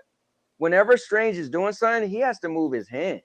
So the fact that Peter wrapped his hands up, he couldn't like make a motion to make something just because I was thinking like, all right, what is the webs tied him up to, right? Can he just make the wall it's connected to move and then or stretch out and snap it? Yeah, but he can't. Because he I see can't what you're move his saying. arms, so then he's stuck. So I don't even know how the hell he got out, and he don't But have a ring either. My problem is the spider web stuff's only supposed to last for 2 hours. Well, that's 2 to 5 on all. hours. Yeah, like 2 to 5 hours. Yeah, he said in the Homecoming 2 hours. Yeah, but then Right? when he did the dude, it said 5 hours. Yeah, I remember that. I got a big problem with the ring around. because I felt like I don't think Wong had the ring, by the way, but I felt like that like a lot of the people in Carmitage can make the portals without a ring, and I feel like Strange is one of them. So I feel like that's one of my bigger issues. Well, hey, you remember the old dude with one hand? He made the portal. Either way, we'll have to get to. But I don't know if he had a ring on the other hand. He couldn't move his hands, so right. So it didn't matter if he had the ring. Well, the ring part is another part we'll get to later on and stuff like that. So, but was his hands tied up or was it like? It tied him up like that. Yeah, he was like it this. wasn't like this because Peter took the ring from his fingers. No, I'm just he took it off his waist. I thought. Nah, when Peter took the ring with the web, it was on his fingers. He wasn't like this. No, I'm just saying that he was tied up like this, regardless. Yeah, but when he was done from spinning the mountains and stuff around, the web tied him up like almost in a Jesus type of way. Yeah. Okay, I'll go back and look at that. But yeah, that part bothered me a little bit. But we'll get to that later on. The condo. So Peter takes these guys to the condo. He meets up with Aunt May. They decide to. He tells Ned and MJ, "You guys take the box. I'm going to figure out how to quote unquote fix these guys." They go to Happy's condo where you see another Tony, another Tony move. Tony's I forget what it's called, but it can make things out of nothing. Basically, almost like the fabricator, the fabrication unit. That's the thing that made his suit in Far From Home. Happy stole it out the plane and had it in his condo. So we do see that part, and we see they're in there and they're talking to each other again. The villains, Flint and Electro are together talking a lot. Lizard stays in the car. We see J. Jonah Jameson get there. Then we see Spider-Man, Peter. Doc Ock is being a grunt, but they figure out how to fix Doc Ock and stuff like that. And let's go all the way up until the spider sense goes off, and then he realizes that it's that the Norman is back. So how you felt about the whole condo part there? Dave, why don't you go first? It was dope. It was dope. Honestly, I thought it was a little kind of stupid because the Spider-Man. Well, mind you, this is now we're talking. Hold on. Make sure we get this right here. He brings him to the condo. Just trying to make sure I get my memory things right. I don't want to cross. Yeah, he took him to the condo. He took him to the condo. Right, easily. And they all started curing. They cured nothing. They all worked on curing Dr. Ock first, and that's what just for Doc Ock. Yeah, but it was Peter by himself though. It was Peter and Norman. Yeah, there you go. Okay, so that's why I was getting my wires crossed. So yeah, okay, so yeah, I thought that scene was good. I mean, Hold on. I think you're a little confused, Mike. How? Peter and Norman were just walk me through the scene. Peter and Norman curing Doc Ock, right? So Flint, so Doc Ock stayed there. He wasn't down with it. Flint and Electro was in the living room where the TV is at. Peter and Norman went to the back with the fabricator to try to cure Doc Ock together. Right. Okay. So yeah, no, that scene was okay. Best part of that scene was Flint and Jamie Foxx exchanging their, you gotta watch where you fall. Yeah, we gotta watch where we fall. Exchanging their little origin stories. Yeah, I mean, this scene was neither here nor there for me. This was another one that probably could have ended up on the cutting room floor because they just did more of this. I love that. They just did more of this later on in the movie. As I see what I wasn't trying to go to. Yeah, but they use this. Mike went up to. They use this as the big turn. So think about it. It's right, like, I loved it. When somebody turns, like that person get a face turn to a heel. Like, how do you do it? So at this point, we just thought he was Osborn. I guess I'll jump in there now. We just thought Osborn was good, and he finally broke whatever he really wanted to be good. He's helping Peter. He helps him figure out to even get Doc Ock to be good. So it's like, all right, well, my man got to be good because he just helped him turn him good. Let me rephrase. I'm not saying the scene isn't necessary. The scene is necessary. I think it could have been done when they were curing all of them. Right. When they were working on the cures for all of them. And I think you guys know who I mean when I say they. Yeah, I got you. Yeah. That this scene could have been done then. Is what I'm saying. I do see your point. You feel like it was done twice. Yeah, exactly. Yeah, that's why I was confused. I'm like, wait a minute, hold on now. Make sure I'm not getting my wires crossed. But the thing is, though, at that point, you had a bunch of people that probably could have just stopped him. At this point, it was only just one person. You know what I'm saying? Right. So it's like this was a good scene because, again, if we nitpick everything and we would have been like, I mean, you had 3 of them versus him. They could have just beat him up. That's what we have been saying. So this was good to have him turn with not that many people to go against to stop him. You know what I'm saying? It made more sense to do it now and not then, because then you just go into the end of the movie at that point. All right, well then we might as we'd have still I think it was I think the thing is with supervillains going into somebody's apartment and sitting down and chilling, that was a little like to me, a little corny. I agree, but are they really villains? Like, you got to really remember, we all remember how they became villains. You're right. You know what I'm saying? So at the time, half of them weren't even really villains for real. They were just people that had a messed up life and a messed over look over. But I like how Jamie Foxx was more aggressive. The way he was moving, his attitude, the way he was talking to people, I thought that was way better than the comb over and the buck teeth. I definitely agree with the makeover. That worked. Yeah. And Reese Ifan's Lizard actually mentioned it, even though they never actually explained it. Mm-hmm. But he said, "What happened to you, Max?" or whatever. You know what I mean? Yeah, he said that. I actually he was more than Jamie Foxx from when he played Motherfucker Jones and what's that movie and shit like that. I forget what it's called, but he was that Jamie Foxx actually. What was that? The Bad Bosses. Bad Boss, yeah. Horrible Bosses. Horrible Bosses. There you go. Yeah. Now that one part, the one part I really loved was when his spider sense was going crazy, and he couldn't tell. Now I really kind of wanted all of them to start tearing him up. You know what I mean? Like I wanted everybody to just like flip mode and start acting crazy, but it didn't work out like that. And I liked how he calmed himself down, focused this some more, and figured out who it was.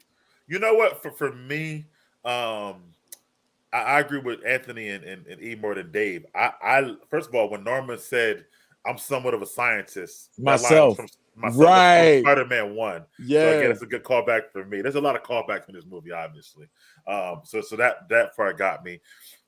I thought Willem Dafoe was amazing in this movie. Yeah, man. And when he was playing the good Norman, like Anthony said, you believed it. Like he was good because he's such a good actor, Willem Dafoe. And then when he went bad, the switch was crazy. So I like that. Jamie was better in this movie, like I say, even though again it's not playing. Whatever. Jamie Foxx was definitely better. I always feel again out of place. Bro. Out of place. Yes, I don't even know how they had him there. He should He should have been somebody they couldn't find. He should have been I just somebody think like searching for his daughter.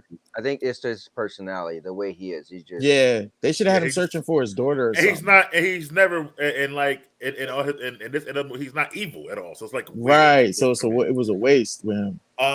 Lizard being in the truck, I thought that was stupid. I didn't make. Yeah, why was he in there? Yeah, I'm gonna come with you guys. I'm saying the truck. Like you already came now. Like that, and the fact that as we saw at the I'll get to that later on because that didn't happen yet. But I did like the inside. Alfred Molina is another one, just like Willem Dafoe. He was so grumpy, mad, talking shit. And then when he switched, again, he felt good. Like he was like the acting for those two. Alfred Molina, Willem Dafoe, and Jamie Foxx were amazing. The acting in this movie. Right. Can somebody remind me where did he go when they were going through what they was going through? Oh. During that condo thing. Oh, where did Ock go? He was standing right there just talking shit the whole time. Watching? Yeah, he was like, he can't help you. He gonna kill us. Yeah, he was against it all. Yeah, he was talking shit. I don't know why he even came, honestly. Again, another one. Yeah, but anyway, that was another one. Anyway, so and then Aunt May's trying to help, and then like y'all said, the coup de grace, right? When his spider sense went off. Yes. And he's walking around. He's like, May, and then they're trying to figure it out. And then he webs Norman to the thing. And then when Norman says, that's a pretty nice trick you got there, that damn spider said, like, oh my God, that part to me was great. That was like, I love that part. All right. So let's go to, I want to stop there because the next thing is the Norman. Well, first of all, hold on. Let's back up. Jamie takes off his the thing to fix him. Right. And he tells Doc, I liked you better before. It zaps him. Doc runs away. That's where he went. Flint, like, listen, I don't know what the fuck going on. He just dips. like I'm out. Right. Stuff like that. Then we see Lizard just claw the truck and dip. Again, that bothered me. I'm like, why would you leave a fucking lizard in the truck unguarded? Anyway. Unguarded. He claws the truck and he dips. And he's in it. But we see the Norman, just Norman at this point. No glider, no bombs, no mask, just Norman and Spider-Man hand-to-hand combat. And I'm gonna go all the way to the part, as we know, which leads to them going all the way downstairs and the glider finally coming in on his own and Aunt May's death and everything that goes along with that. What y'all thought about it? Who wants to go on that? Anyway. Let me jump in there, man. Go ahead, man. Dude. So first it was bothering me. I was like, how the hell are you beating up Spider-Man? And as his clothes was getting tore up, he had the suit on underneath. I was like, oh, okay, yeah. All right. Because I was no. He has special the serum that he took has got enhanced strength as well. Yeah, it makes him stronger anyway. Right. Yeah. Yeah, I didn't realize that. Yeah, the suit I was just like, the protection. He is giving Spider-Man the business. Did you see when he hit Spider-Man with the last ride? It was like a horror movie to a point. Like he was like they're running to it's a dark setting. Yeah. They was banging, breaking. Knocking him through the ceilings and stuff. Yeah. Woo! That was an epic scene. And then you get to the Aunt May part, and not to be funny, but she kind of deserved that, bro. All of y'all was pissed off at what she was doing earlier. You want to save him. You know what? Well, there you go. There you go. Right. I said that. And I felt bad that he felt so bad. It's my fault. No, ain't your fault. It's her fault. Right. You was telling her you ain't want to ride with it. Right. And why are you there? You're just like but it's still his elder fault aunt, not elder, but your older aunt with all these villains. Like you shouldn't even be there, man. Right, but this is where I feel like it's also his fault. You done dealt with Thanos, you done dealt with Mysterio, you done dealt with Vulture. You had your hands on villains that don't want to hear you out. So seeing these guys should make you even more on that note. Like you should be telling your aunt, yo, listen, shut up, web her, get up out of here. Right. Get to work. Well, you know what's cool though? This is why William Dafoe played a great part. Because him talking to Aunt May, that's why you can't dismiss that scene. I didn't have a choice. Because that scene makes you feel like this is why Peter is trying to help them so bad. Because William Dafoe character is so displaced. He felt like a homeless man, on the street that has amnesia. And she feel like you really got to help him. So that scene sells why, you know, when you get pissed off and be like, yo, this is your fault, Spider-Man, but it's like, you know what? They sold that scene so much to make him say, I am going to help them no matter the cost. Well, So Goblin tricked somebody, and he's a dope villain. Mysterio tricked the whole planet, and he's a whack villain. Right. Yeah, you know why? Because he didn't even have no damn powers. All he was doing, he could have just worked a Radio Shack pretty much, and he was doing all his lights and images. It's just whack, bro. Nah, whack. that tech Hand was to hand? superior. That tech was Iron very Man superior. used his tech, bro. Iron Man literally used Mysterio's tech. I don't care. Even in Civil War, you saw Mysterio's tech. That was Mysterio's. Listen, if Spider-Man got his hands on him, it would have been a wrap. But because he was doing parlor tricks that a little a child's magician could do. You know? Oh yeah, I know. Yeah, I see a children's magician all the time creating fake giants, Dr. Strange, 100-story monsters, destroying cities and shit. That happens all the time. All the time. I kind of agree with Ann about Mysterio, but that's not right there. But I was on the phone there. But we're gonna go back to Far From Home and that whack movie. This one about the fight. Who's up next about the fight? And that, was it you or was Ant done with that? No, I'm done. Everybody finished that thing except you. No. I heard Dave talking about it. Oh, Dave. Yeah. So that fight, that whole fight scene, that was probably one of the dopest fight scenes of the whole movie. Obviously, Yeah. Seeing Aunt May go was like almost got me a little bit here, you know. I didn't like as a traditionalist. I didn't like that they gave her Uncle Ben's line. I don't even think the line needed to be spoken. He needs the line. I told you. He needs the line. Thank you, E. Yes. All right, so I didn't like them either way. I didn't like them giving it off to Aunt May. Handed it off to Aunt May like that. I don't think he needs the line, bro. I don't think he do because Tony's not going to say that line. Tony is not going to say that line. Tony don't live by that. Hold on. Go ahead. Let me try to get this right. Real quick. Dave, the line is like part of Spider-Man's lineage, man. Like that line, like for me, hearing that line is like it goes down and you think of that line and you think of Spider-Man. So why not? Yeah, when I hear "I'll be back," I think of Arnold Schwarzenegger, but I don't need him to say it in every movie. This is if I get it in every movie, but this was Spider-Man, a movie. You don't need to hear it. So being the fact that I've already heard it twice. Yeah, but Tom never heard it. Right. Them not using the line is like Tom doesn't need to hear it. That's what he does, bro. I guess this is just an opinion. You gotta understand he has to hear it because he looked up to Iron Man. Iron Man did not live by that. With great power comes great responsibility. That's not Iron Man. Yeah. That's not Iron Man at all.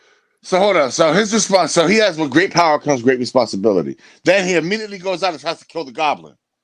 Because that line meant so much to him. No, his aunt meant so much. Yeah. But his aunt saying that line would have told him you have a responsibility to do the right thing. Murder, obviously, is not the right thing. I'm gonna tell you how that line. How is murder not the right thing? How is whooping that man behind and murdering him not the right thing? After he took her life. Is that what Aunt May would have wanted? No. Did she want to die? Did she want to die? Hold on, I'm gonna let you finish. I'm gonna tell you what that line meant something later on in this thing. But I'm a traditionalist. It meant something, but nope, not a traditionalist. To me, I'm not a traditionalist like that.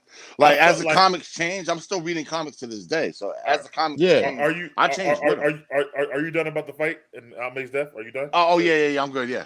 All right. So I felt like that in Spider-Man: Far From Home, right?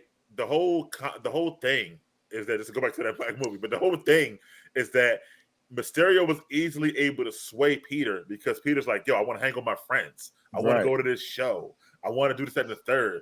And then he's like, yo, I don't want this responsibility. He's like, you take the glasses. In this movie, he literally tells May the words, it's not my responsibility. I should have did it. So I feel like this Peter was still immature to where he needed the line. You have this much power. Yeah, he did. So it comes with the responsibility. If he would have had that line, maybe he wouldn't have told Mysterio, take these glasses. I want to go play with my friends. You know what I'm saying? Right. I feel like he needed Right. that. Right. He wouldn't As have far as the did that. fight is concerned, my God, man, this was a great choreographed fight. I loved it. I love that they got to show, and like I said, you didn't realize it, but he got super strength, Green Goblin. So I love he got to show that he's strong as hell. He hit him with like a spear, I don't know, WWE, the last ride, it was a pop-up power bomb, all type of shit like that. And then I like when Peter tried to escape, and Elizabeth was like, "Nah, bro, you wanted this, you got it," and he put it back in there. I thought that was pretty cool too. Yep. I always like the Goblin is one of the best. Like he's just so good. Like Willem Dafoe makes him good to me, but he is that good. Like and then when the glider comes on its own, like I forgot he could control the glider from far distance and stuff like that. So I thought that was cool. And the pumpkin bomb when Peter hit it away, thought they were good. I thought that was good. And then her whole death, like they call it in like The Walking Her Dead, death so to was speak, good. right? Because she was already dying but didn't realize it. So I thought that was pretty cool. The whole cinematography when Happy was coming, getting arrested, Watching and like, run, Peter, run! Like all this stuff was that bothered me a little bit. Well, why? That was another nitpick. Bro, Happy was just pulling up to what already happened. The cops was already there before he was. Why are he getting arrested? That's true. Because they set up a perimeter. Spot. He violated the perimeter. He violated the joint. He so imagine if they steal off a bank and you just walk up to the front doors. I'm going to use ATM. You're probably going to get arrested too for violating the perimeter. Right. No, you're also going to get arrested for hiding Spider-Man. You get what I'm saying? That's one nitpick I'm gonna let go because I actually like the whole him saying "Run, Peter, run" in slow motion and her dying. Yeah, like I said, he got the line. So this to me, honestly, there's a whole apartment fight, and we'll get to that. To me, it's the best sequence in the whole movie, honestly. Cool. So, Wow. but I'll get to that later on. You know why I like this fight better than, like, let's say the he should have made a duck. I mean, the gliders is crazy, bro, on that whole situation. So let's go to now. Peter goes away. We got they're bringing back MJ and Ned. They're in the apartment. Go ahead. You got something to say, D? I was about to say something, yeah, but I'm gonna let it slide. MJ and Ned in the apartment. Thanks, we see that so Ned all of a sudden, because he got the sling ring, can do magic and open up portals. And they said, we got to find our Peter. So I'm like, right, I'm getting to that. We got to find our Peter. And then, look down, and then he did it a couple of times. I put in here, enter two Peters, right? That's what I call this part. So we see Andrew comes in first, and then Toby comes in later, and then they MJ tests Andrew and says, "Prove it, you're really Spider-Man." Yeah. The whole thing with Ned's grandma got to go in there too, obviously. And then when Toby and Andrew, kind of interact with each other. How you feel about the whole part in Ned's house? Come on, man. Come on. Go ahead. Listen. In movie history, bro. Now, I already thought the rumors was true, but I didn't know, right? And I didn't want to dive down there. The only thing that I might have got spoiled was the day I was going on YouTube. Somebody had a video, and the thumbnail was Tobey Maguire's face with ripped up his face. And I was like, hold up, he looks a little older, but I wasn't sure. So I was like, you know what? I don't really know. But, bro, let me just talk about one thing you covered. All right? Bro. Oh, there goes Peter right there. Yo, come on, bro. Andrew Garfield comes in the movie. It's official. It's legit that he is in the movie. Another Spider-Man from a completely different directed Spider-Man movie is in the same movie. I'm sorry, I just was waiting a long time to get this. Go ahead. So honestly, man, this alone was just like I was getting the vibes when Captain America picked up the hammer, man. Like I was like, and it's funny, some dude next to me. I don't even know this guy. Anyways, all right, I've been waiting a long time to express this on camera. So man, the scene was, bro.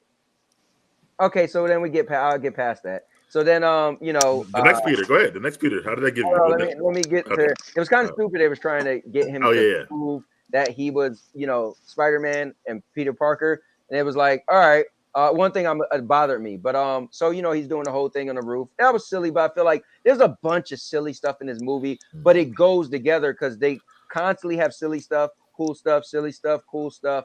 So I'm going with it. But bro, my favorite Peter Parker, which the sad thing is, once Andrew for me got the bigger pop, because it was like, oh snap, and then I was like, all right, so it's a given. It definitely, I got you. In there. You know what I'm saying? But it was cool, and I still was like, but I got that bigger. Oh, it's real now, right? So anyway, they get Peter to come. Peter, wow. They get Toby to come in, and it's just like, yo, Toby and Andrew together. So at this point, I'm sorry, guys, they could have did whatever they wanted wrong.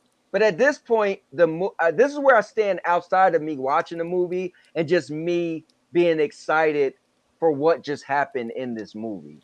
I got you. So I just loved it all. They could have did no wrong. Like, I don't even know what they could have did, but I was just like, bro, they're actually doing this. So it was great. Now, let me say one thing. I think I was, and explain this to me if not. What I was annoyed with was Ned doing the thing. Was that the reason they came into the world? Because I feel like that's cheapening the movie. No. They were already he just found them. He already found them on our planet. In the city, on our. All right, cool. So, all right, so Ned didn't pull them from their world to their world. No, they was already in their world, and Ned found them. Right. Like because of the spell, they was already in this. Correct. All right, cool. Because I was like, hold up, I hope they're not trying to say that Ned opened the portal. All right, cool. Anyway, that's all I gotta say.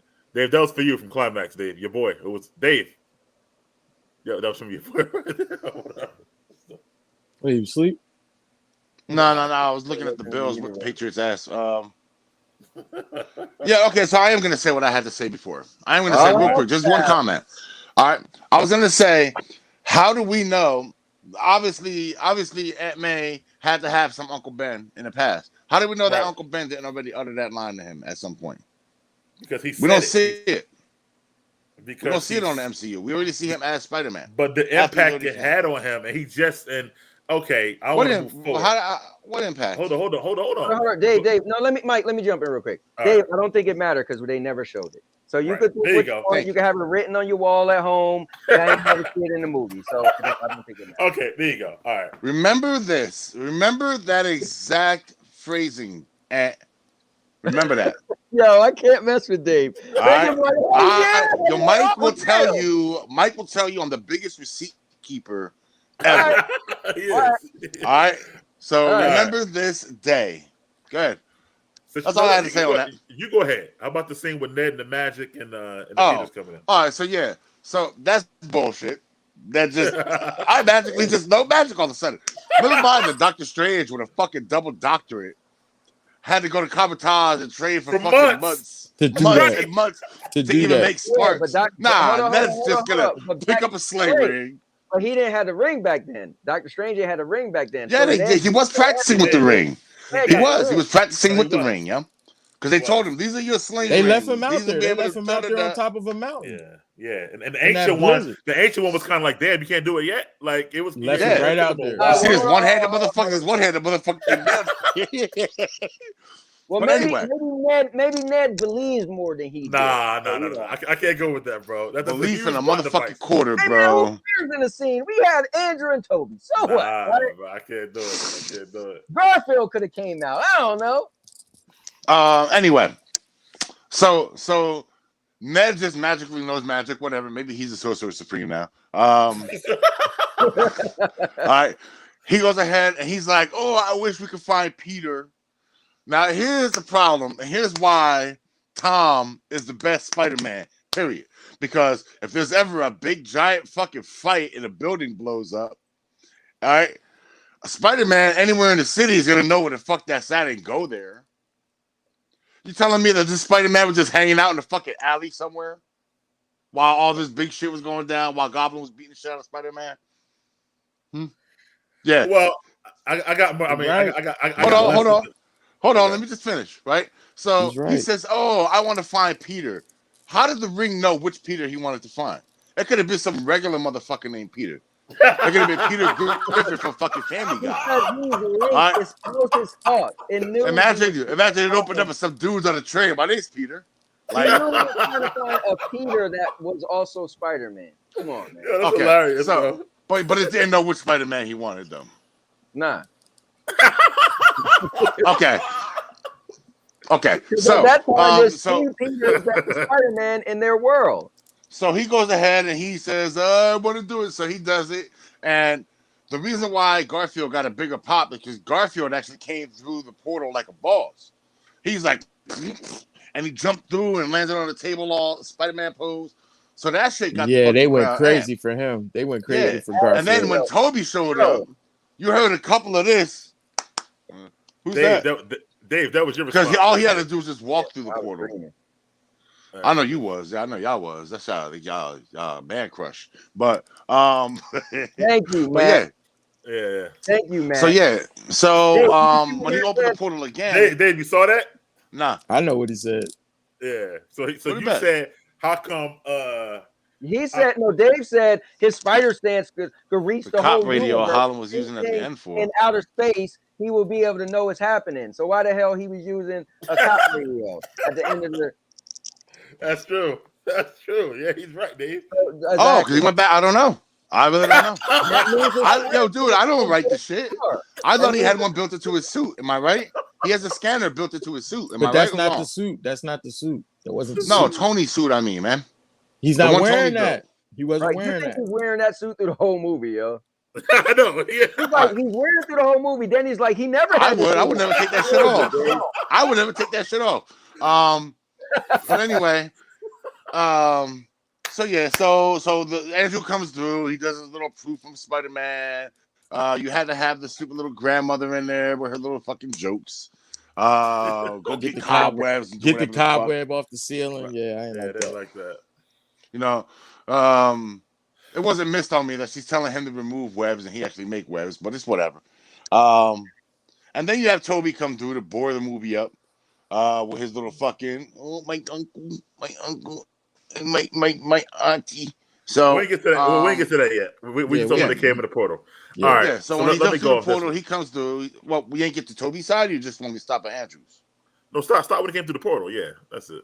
I mean, stop when at the Andrew came through the portal. Stop at everything. No, stop at everything inside Ned's grandma apartment or whatever. I got you, man. So then Toby comes through and bores the movie up, and they don't ask him to prove that he's Spider-Man because for some reason. At this point, they don't need to.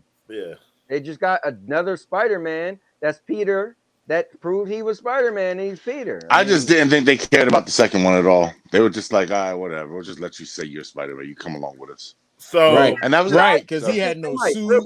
He had nothing on to show that he was a Spider-Man. He just looked like a straight pedo that was hanging out in the park before he showed up here. Let me ask Dave a question. So up until this point in the movie, after you watch the movie, how would you have wrote in the movie that they would have introduced both Spider-Man? I did it the way they did, but I at least would have had the suits on. Garfield's, I wouldn't have changed the thing. How Garfield came through. Yeah, he came through correct. No, stop. My point was, you were saying, oh, so Ned knows magic now. If Ned didn't do that, how would you have introduced them? Oh, well, they're obviously already in the city somewhere. Yeah. I would have had them respond to the fucking goblin fight. Nah, I ain't gonna lie. Yeah. When I would have did it when like in the preview, because that's when I thought it happened, when I saw the preview, when Doctor Strange was like, they're coming through and I can't stop them. I would have thought the Spider-Man would have came through. But then you lose out a whole bunch. That was the final scene. I know, but that's what I'm saying. That's what I would have had them. I would have had them. I would have had Tom. It wouldn't have been Ned. This is how I would have wrote it. This is how I would have wrote it. Tom Holland would have been inside with Aunt May, like crying over Aunt May, and then the police would have been like, "Get him! There's Spider-Man!" And they'll see another Spider-Man flying over, and that'll lay like a distraction for Tom. And Tom would be like, "Who the fuck is this other Spider-Man? Let me go after him, thinking it's another villain or whatever." And he catches up, and they meet and blah. Let me ask you a question. You think your way would have got a bigger pop? No. All right, then. For Andrew Garfield's way, yes. But you know what? They could have had Doctor Strange there, and he could have did the portal. They could have did that, but then you would have been like, well, why Doctor Strange isn't fighting in the movie? And if Doctor Strange was a big enough. I'm still asking that. You ain't asking that? No. Here's the beauty of it, though. Do you want it to be a Spider-Man and Doctor Strange movie, or did you? It already was. It already was. From the trailer, it was already a Spider-Man and Doctor Strange movie. So the end credit scene is a trailer for Doctor Strange. They didn't even show Doctor Strange fight. So hold up. So make sure I get this right. You guys on your little Spider-Man, on our little Spider-Man argument, were bigging up the accomplishments of all these other actors coming into the movies to make the actors great. You love Aunt May. I want Aunt May. You want to see amazing Aunt May. But then Doctor Strange is all over the fucking trailers. You don't want to see him? Get the fuck out of here, bro. Go ahead. Turn him around with that logic, man. That logic is whack. Listen. The psychology of movies. The moment he's helping you fight the villains, then it's like he's a part of like that movie, right? So this isn't the Avengers. He's a part of the movie from the beginning. This is Spider-Man's movie, but so you have him fight Spider-Man. Doctor Strange showed up in this movie within 15 minutes, right? Yes or no? Yeah, he's part of the movie, bro. Okay, so let me jump in there because we're over 2 hours now, and I don't want to keep I know we're here for the day, but still. So two things. I agree with both of you guys. Well, all of it really, but I agree that Doctor Strange, it's like if you're gonna put him in, how about I say this? Don't put him in and then give a reason to get rid of him. I don't like that. It's like either put him in or don't. You know what I'm saying? Like that kind of box. Still, Mike, here's the problem. Every time something happened, we think of people powers and who they could have beat and whatever. So Doctor Strange is so powerful, right? Then he would have stole the show. Listen, my question is this. We're always going to nitpick something. He ain't steal the show in Infinity War. Hold up. My question is, what's the lesser of two evils? Do you want to nitpick Doctor Strange fighting with Spider-Man against these villains, right? Which I consider them lesser villains than what Doctor Strange would have fought with Thanos and all that, right? So do you want to nitpick like, well, how would you have Doctor Strange still in the movie and 3 Spider-Mans? And like, no, the thing is, you don't want him to steal the show. Well, y'all having two different conversations. You guys were. I agree, Doctor Strange. If you're going to put him in, if not. But I also agree with Dave that Ned, you can't have Doctor Strange study for months in Kamar-Taj just to open up a fucking portal and have Ned do it. Yeah, I mean, we could agree with that. But my thing is, you have to find a way to get Doctor Strange out. And my reason why my question was, what would you have done to introduce the Spider-Man as a movie? The big pop I got, and I'm like, when you swing when Aunt May died. Hold on, real quick. He said Aunt May would have died. There's other Spider-Mans.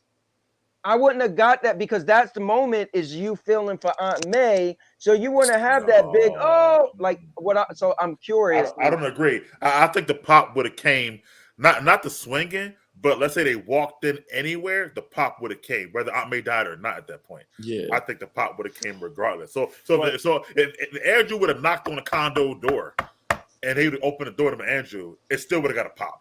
You remember end of Captain Marvel when the Avengers are looking at the beeper and it stopped flashing and out of nowhere just they did the quick pan to Captain Marvel standing in her face talking about where's Fury. Remember that pop that got?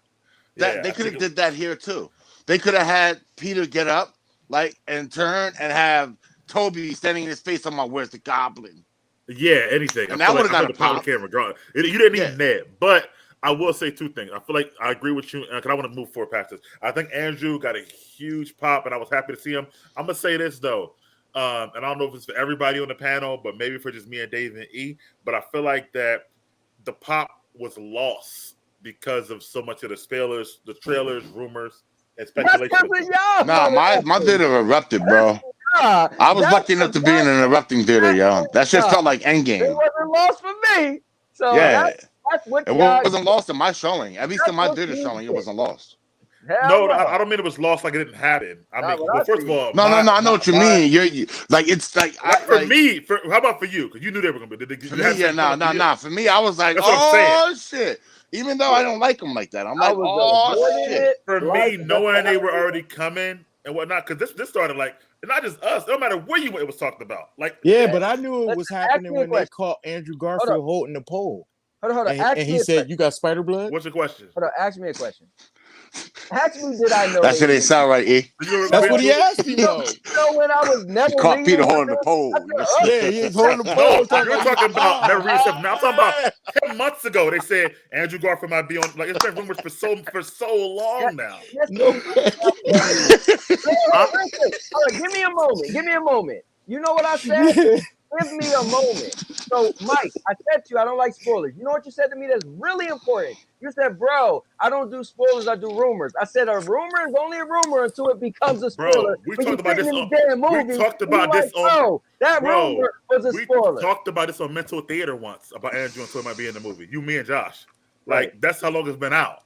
Yeah, So, them rumors been out since day one. Listen. Hear me out. All I know is it wasn't spoiled for me. But I'm saying, you would have known, if I would have known nothing, like say no rumor at all, even Right. a year ago, it would have been bigger than it's like, oh my God, what the hell? Yeah, you would have felt like I felt.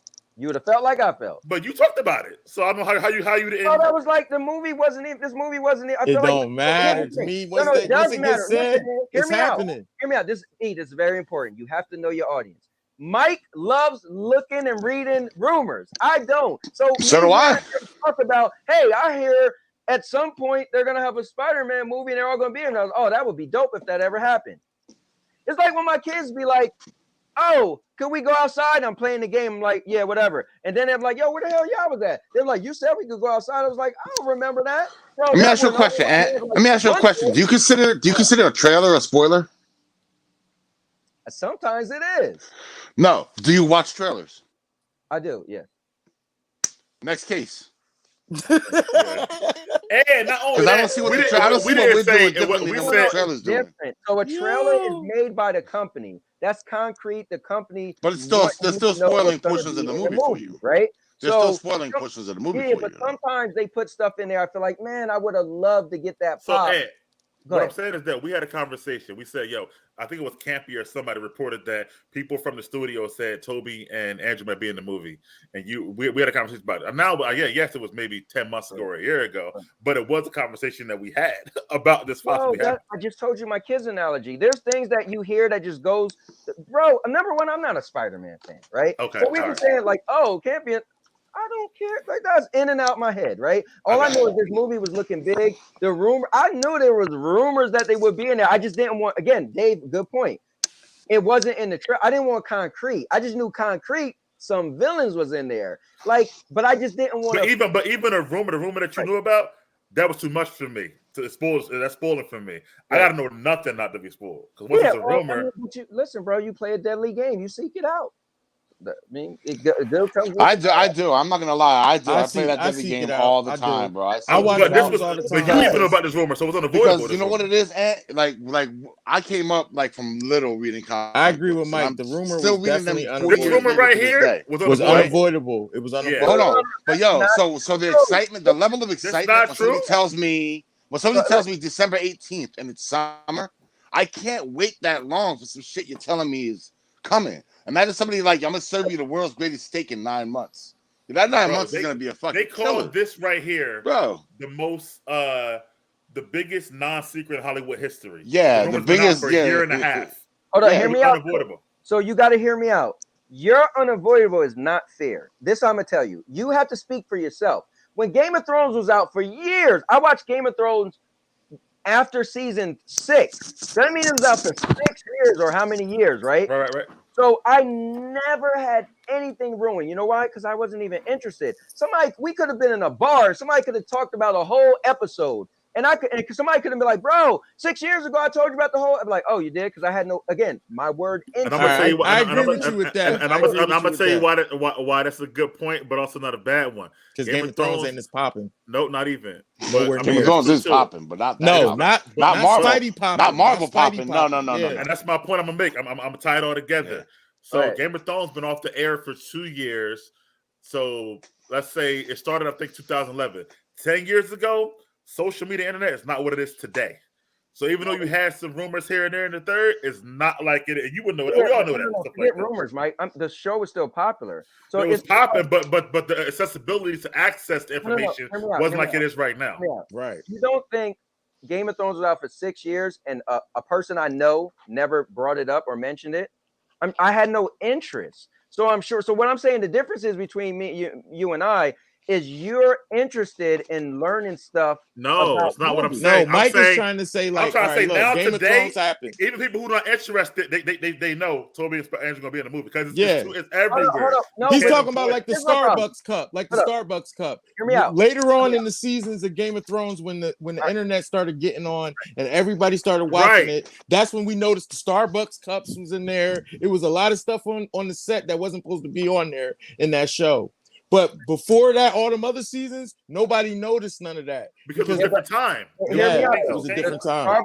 The Starbucks thing happened. I wasn't watching Game of Thrones. I didn't know nothing about no damn stuff because it's interest. Somebody could tell you about a baseball game. Did you know that person was taking steroids? I don't watch baseball. You could have told me. So, but if you're not interested, you kind of forget. So here's my thing. It depends on the individual, bro. Because like my mom don't know nothing about sports at all. Watch no game. But somebody told her LeBron James that she gonna be like, "Yo, I heard about LeBron James." She has no interest. Steroids. It's because it stays in your head, depending on who you are. LeBron James is a household name. So Spider-Man, what are you talking about?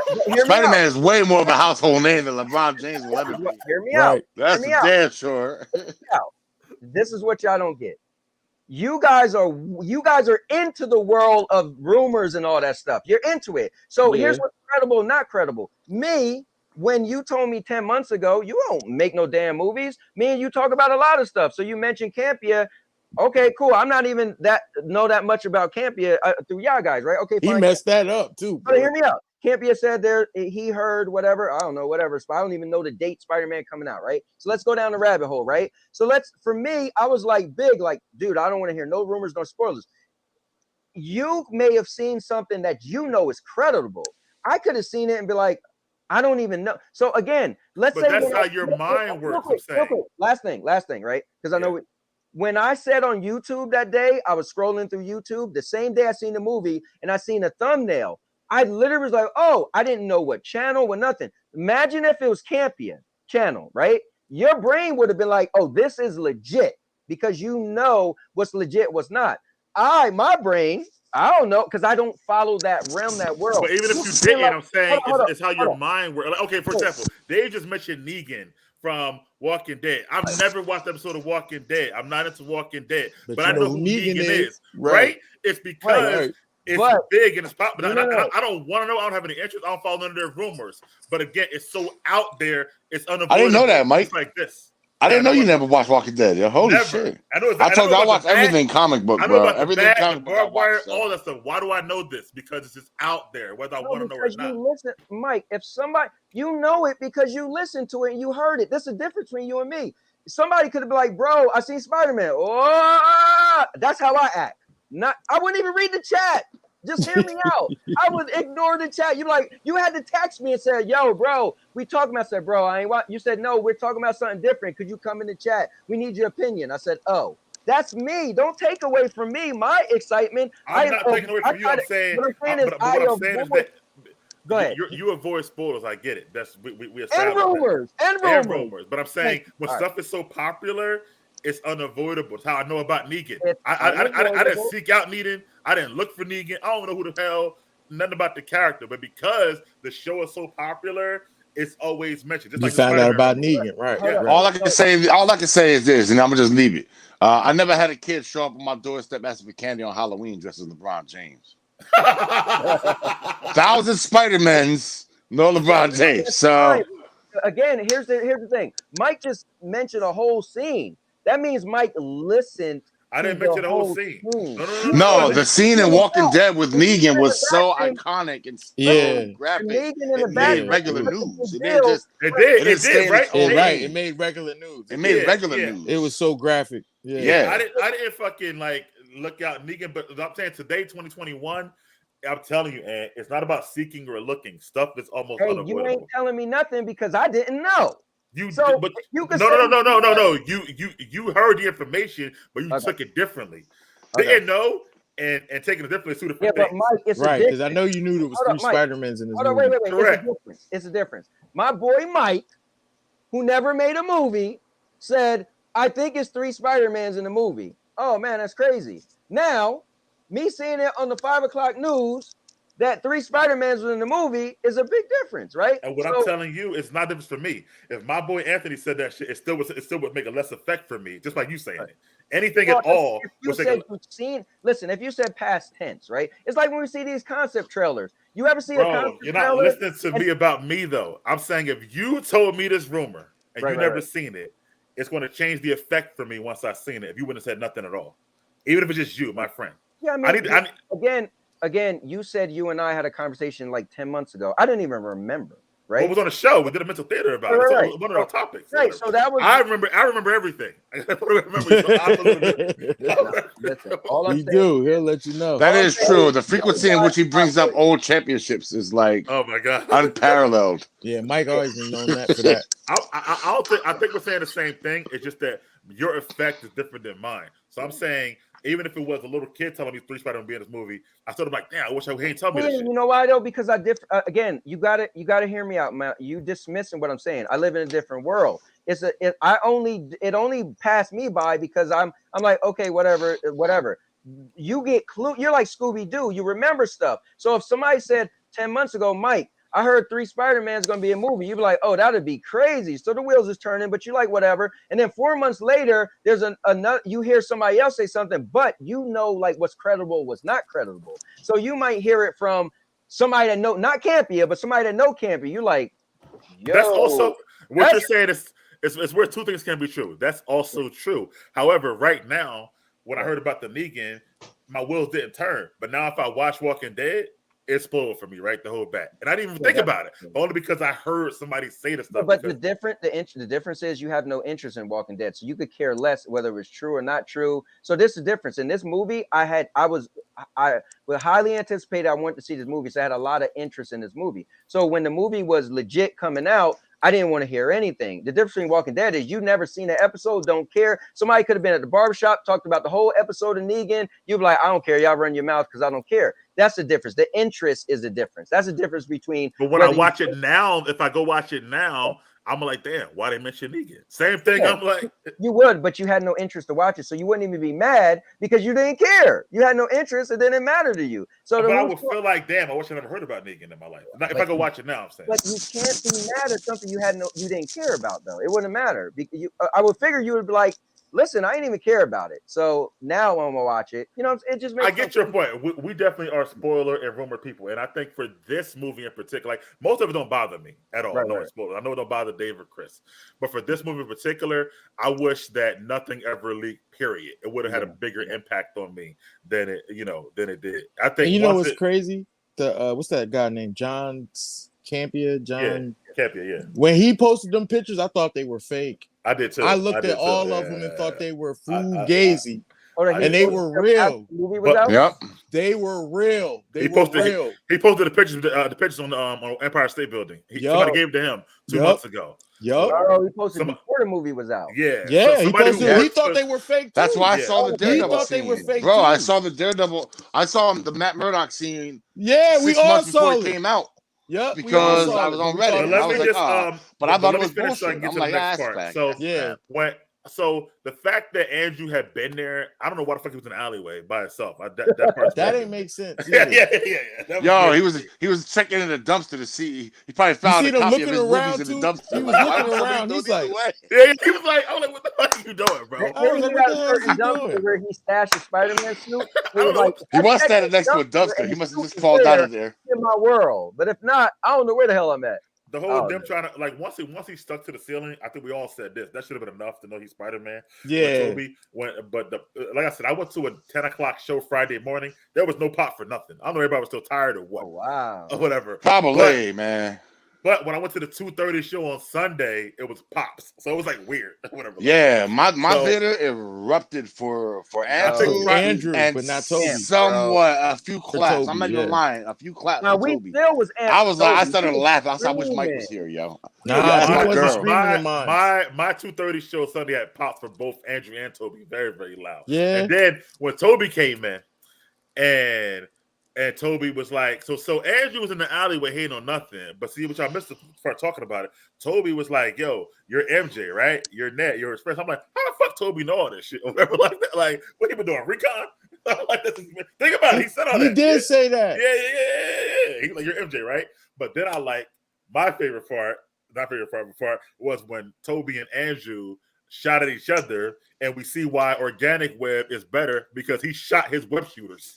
Bro, when I watched this movie, Organic Web doesn't exist. Doesn't matter. The Spider-Man battle, right. Literally kind of went over.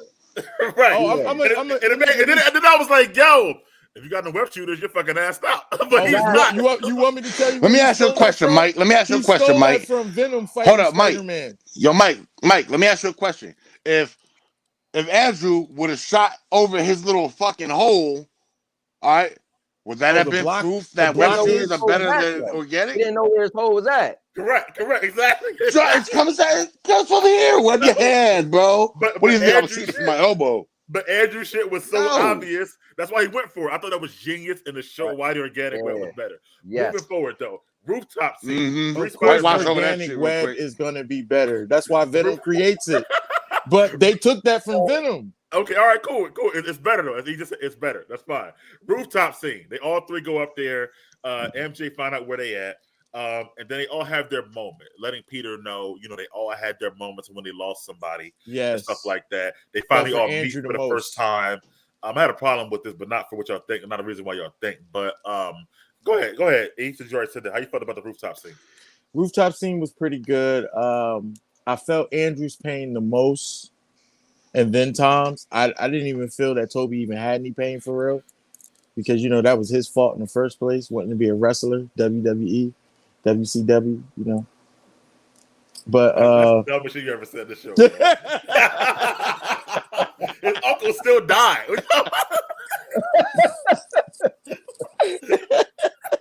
But you gotta be real. You ain't feel his pain like that, like you felt the other two. Anyway, because it felt like they just lost their peoples. Because it happened in this movie anyway. And we talked about the rooftop scene, bro. I was left on a real high for them both coming in the movie. So at this point, it's legit. They're in the movie. They're on the rooftop now, and this was cool, man. This is where they get a chance to trade their secrets, trade what happened in their world, what happened in their world. It was just great, man. They got a chance to really kind of chop it up and give all these different callbacks, right? They're mentioning stuff that happened. Was this where he mentioned I had a black suit? No, he's mentioned that's way later on. He mentioned that he fought an alien though. That was way later on. This is the rooftop when they kind of talk about I lost my May. She told me, that's what he talked about. She told me the great power comes great responsibility. Like my uncle told me that too. Yeah. So the scene was great, bro. Great. Yeah, that was a good one. Dave, stop at the rooftop, bro. What do you think about that part? That was dope. It was nice seeing them interact with each other. I just I couldn't wait for Toby to get off screen already. But soft, right? But being the three Spider-Man, it was a dope concept, dope scene. Like how they were sharing little bits of themselves with each other. Yeah, it was dope. I mean, there's not much I can really say on it. It was just a talking scene. I thought it was dope, but after a second viewing, I thought it was dope scene. I thought they put it together very well. Again, we got more MJ and Ned. The less of them, the better, to me, honestly. Yeah. What's up? Oh, hold on. Shouts out to our guy, Mr. Urban World. What's up? Urban World. I see. We gotta go over this real quick. You say y'all guys are wasting so much time. This is what happens sometimes, man. This is what happens sometimes. It happens sometimes. Not often, but sometimes. I can kind of tell that I'm not sure if they were all together when they made that scene a little bit. I think they might have had different parts and whatnot. That's the only thing that bothered me. Besides that, the dialogue was great. Next one, I know they were together for a fact in this scene though. The Science Brothers, when they all went to the lab to figure out. Yeah. I want to hear Dave's thought on this though as well. First, you can go to first Dave. How to figure out how they all could cure these villains, and they're talking amongst each other as their scientific peers. How you feel about that, Dave? I honestly thought, now I can say it because now we're at that scene. Yeah. Right? Go ahead. I thought that, make sure I structure this right. This was more of a crisis that they had to get them back to their homes because it was tearing the fabric of our own reality, right? So my thing is, they could have went back to their own times with these villains or whatever. At that point, once they got all the Spider-Man together, and let them just do the cures on their own in their own universes. They could have did that, but they needed Tom Holland. Well, what they needed was a big giant set piece fight at the end, showing everybody. That's what they really needed. But if I'm thinking about it, I'm like, okay, so look, you said you already cured the Lizard in your movie. Oh yeah, okay, good. You know what? You're gonna go back and just cure him in your universe.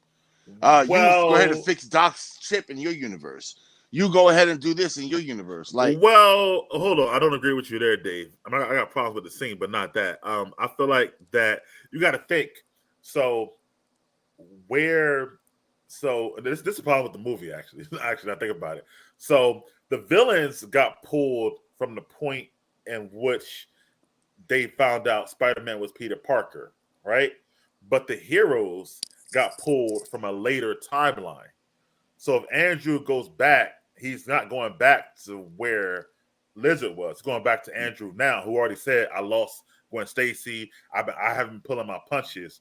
Toby, as we can see, said, I got a marriage or whatever. I'm doing pretty good for myself. Yeah, doing pretty good for myself. So that Toby wouldn't go back to that same Toby. So that's why they couldn't go back to that. I actually get why they did that like that. Yeah. Say that again. I guess he's saying they're not from different timelines. That's all. They're from different timelines. They're from the future. They're from the future. Well after Doc died. Well after. Correct. Okay. Toby is, all right. But not. So yeah, Toby's universe. Yes. Toby's universe. Yes. And Andrew. Yeah. Well, Andrew. No, Andrew ended up curing the Lizard in his universe in his movie. He did, but he cured him at the end. This Andrew that came now said this was after Gwen Stacy died. After he stopped pulling his punches, this is years later. After Cure the Lizard, so he couldn't go back now and Cure the Lizard. It wasn't the same Toby, it wasn't the same Andrew. Oh, right. You get it, Anthony. Yeah, I get it. I get it. I didn't get it because I get it now. No, I don't get it because I'm trying to figure out, are they messing with time shenanigans? Yes. Well, but okay, the Spider-Man that came in didn't come from the same timeline as the villains. Did they say what timeline they came from? They just said, well, Toby said, what Andrew said, I lost Gwen, right? So that's clearly after Lizard. Yeah. He said, it's been some time. I stopped pulling my punches. But what's some time, though? You talking a matter of years, weeks? Bro, come on, right. Dave. Right. I'm explaining my point. He asked, hold up, man. He asked for my opinion. I told him what's wrong. He tried to give me the people you supposed to be asking this stuff to, Dave, is the directors. No. I help him. No matter if it was so. Okay, so what you know? Okay, here's what you know. So how far ahead was Toby? Toby was years ahead. Well, I don't know how far. Hey, but TJ. Damn, okay. How stupid is their universe that they couldn't come up with all this tech? Because he was like, "Oh, we don't have technology like this over there." Dave, if you're going down this rabbit hole just to prove who's a better Spider-Man, I'm not. I'm asking. We already know, Dave. I'm asking a legitimate question to start with. I know that, right? Y'all want to try to delegitimize it, make it sound stupid. Who's Spider-Man 1, Dave? Oh my God! So all I'm doing is just flipping the pancake here. Who's Spider-Man 1, I tried. Ant made it simple for you, bro. They came from different timelines, pretty much. Okay, so you can't be like, oh yeah, he came from a different city. My next question would be, what city? No, my next question you can't tell me that. Don't fucking tell me. Oh yeah, they came from different timelines. How you know? Because nobody said anything. Because they said they said it. They said it. They kind of said it. They just said where their story was at, like where they are at, where they're coming from, and it's different from where the villains came from. Yes, it's clearly on that. That's clear. But what I will say, so they came from sometime in the future. It could be a few minutes later ahead. Right, a few minutes ahead in the future. And if this is about Spider-Man, you already know who the best Spider-Man is. Who's Spider-Man 1? Well, it's not even about that. This is about this last movie, man. No. We're just talking about this. We're just talking about this scene. We're talking about this scene, guys. Let me finish my part. Somebody else can go. All right. So you got these two Spider-Man that came from several seconds ahead in the future. Because obviously no one can fucking tell me. I'm about to help you. I tried to help you. No, you didn't try to help me. You ain't give me any time. They came from some time in the future. He wants you to say tell me some time ain't helping me. Listen to me. All right, so let's start with Lizard. Lizard's the easiest one. Lizard We know Lizard came from when he found out Peter was Spider-Man. That's the moment when he pulls off Andrew's mask in Amazing Spider-Man 1. All right, hold on. Andrew said, I lost Gwen. Now, we know from the end of Amazing Spider-Man 1, a year had passed because they show 4 seasons where I'm standing at the grave. At the grave, right. Yep. So we know it's a year has passed. So at least a year, we could say, is a different timeline. Okay, so Andrew from a year ahead. Okay. Okay, I can take that. So Andrew from a year ahead and Toby from several seconds ahead. No, Toby. Now let it go. Let it go. Go ahead. All right. So Toby from several seconds ahead. By the way, Bill's winning. Yeah. So they're in there trying to figure this all out. Again, I think they still could have went all back real there. quick, Dave, I just want you to know you're my guy, yo. You make this show entertaining. Just so you know, I don't want you to ever think, you drive us crazy, but I don't want you to, bro, be you. I love it, bro. Dave, you're my guy, man. All right. As far as the rest of the scene. Hold on, real quick. Dave said, all right, cool. So Toby, a couple seconds. even though Doc Ock said to Toby, wow, you've grown up when he saw them, by the way. You know what I mean? Let's just be clear about that. But anyway, go ahead. Okay, so Toby from 150 years in the future. Because obviously he grew up. I don't know. He went from looking 50 in the movie to 60 years. We'll call that 10 years. Oh, man. Call that 10 years, yo. What's your point? Keep going, Dave, please. All right. So anyway, yeah, I thought the scene was just filler. I'm classifying it as a filler scene. We have to kill all the heroes, and we happen to just do it all in one night. Okay, whatever. Now my turn. I kind of agree with you on that part. I feel like that. I mean, if it's Toby from ahead, at least Toby from after Flint, right? And him saying, "I've been thinking about a cure for Green Goblin," makes sense. Like, yo, I wish I could have cured him, from before. That makes sense to me. I think Andrew said, listen, I've been cured Lizard. I can do that shit easily. So that will make sense. He could do it real fast as well. The stuff for Flint, I don't know how the hell they figured out that cure in like a few hours. Whatever, you know what I mean? Dude was made of sand. No, but I think that the beautiful part, Mike, is you put 3 Spider-Man brains together. That's why. They always say 2 heads hours, bro. One. Yeah, an hour for each of them. Bro, there you go. Thank you. 2 heads are better than one. You put 3 brilliant minds together. I mean, come on, man. I ain't gonna buy it. But I mean, we already talk about a comic book movie. We're talking about lizards and all this. Come on, bro. You can't. And my whole thing, I haven't gotten to this yet. I guess I'll get to it now. My whole thing with the whole concept of the movie and the villain and all that stuff like that.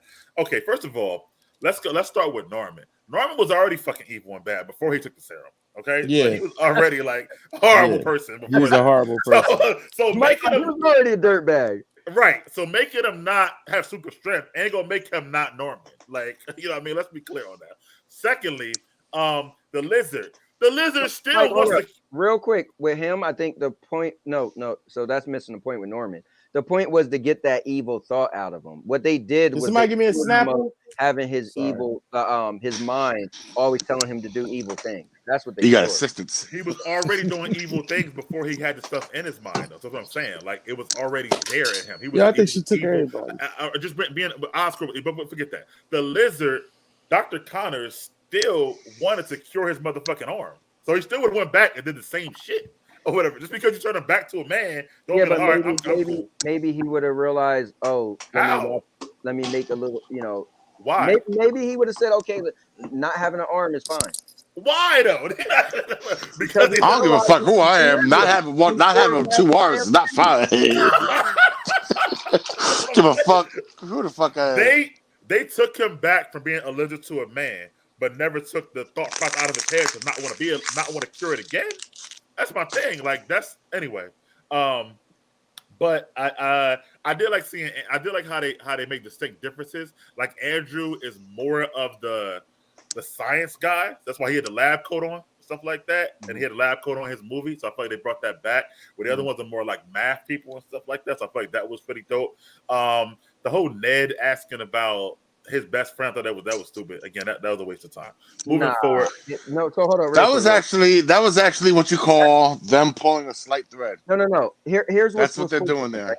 So overall, what made me love this movie, because I left feeling like, so when Dave said there was some stuff they left out, I didn't know what he was talking about, so I don't want to get to that. But for me, the fact that pretty much you mentioned the Hobgoblin without having to mention him, but for me, it was a callback. That scene was when they brought up the black suit, right? No. No? No, that was when they were all three of them talking about themselves. Oh, okay, gotcha. But this was the scene we left out, though. This was the scene where they talked about the webbing, though. That was great. Because, guys, when they talked about that, I just thought of you guys with the debate.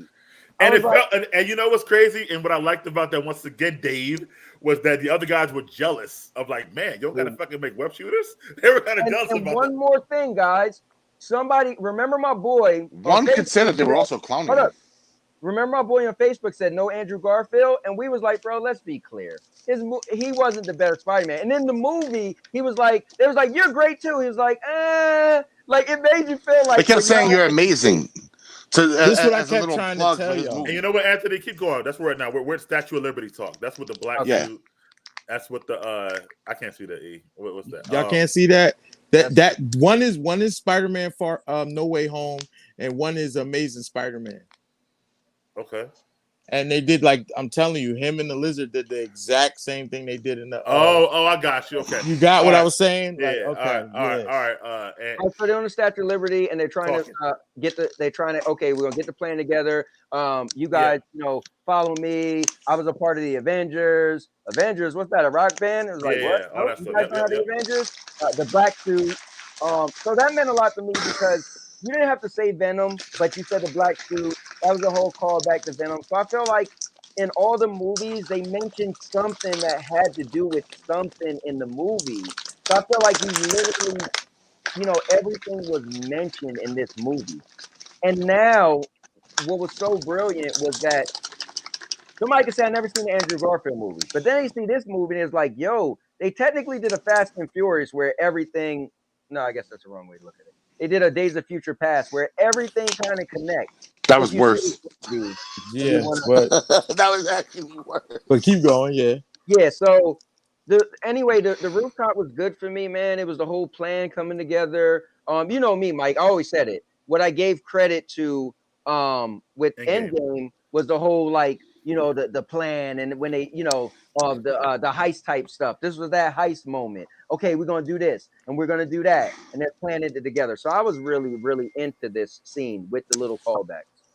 All right, so yeah, let's talk about that Dave, the talking on the thing, the plan that they had, to come together, and then the villains finally coming up. What you finally just starting to appear. What you thought about that, Dave? Oh, that was dope. That was a nice that was the nice little scene I could have did with. I could have did without the lab scene, but this scene was necessary. I kind of thought that they were kind of clowning him about the fucking shit coming out of him because what they were trying to aim for. It's a Disney movie. They didn't say it. I thought it was, but they wanted to know if he nutted webs. That's what the fuck they wanted to know. I thought they were laughing, but I thought in the lab they were like, "Oh my god, what?" I thought they were like jealous. Like I wish I had that shit. I think they were clowning like something comes out of anywhere. So it comes out of here, like it comes out of anywhere in your body.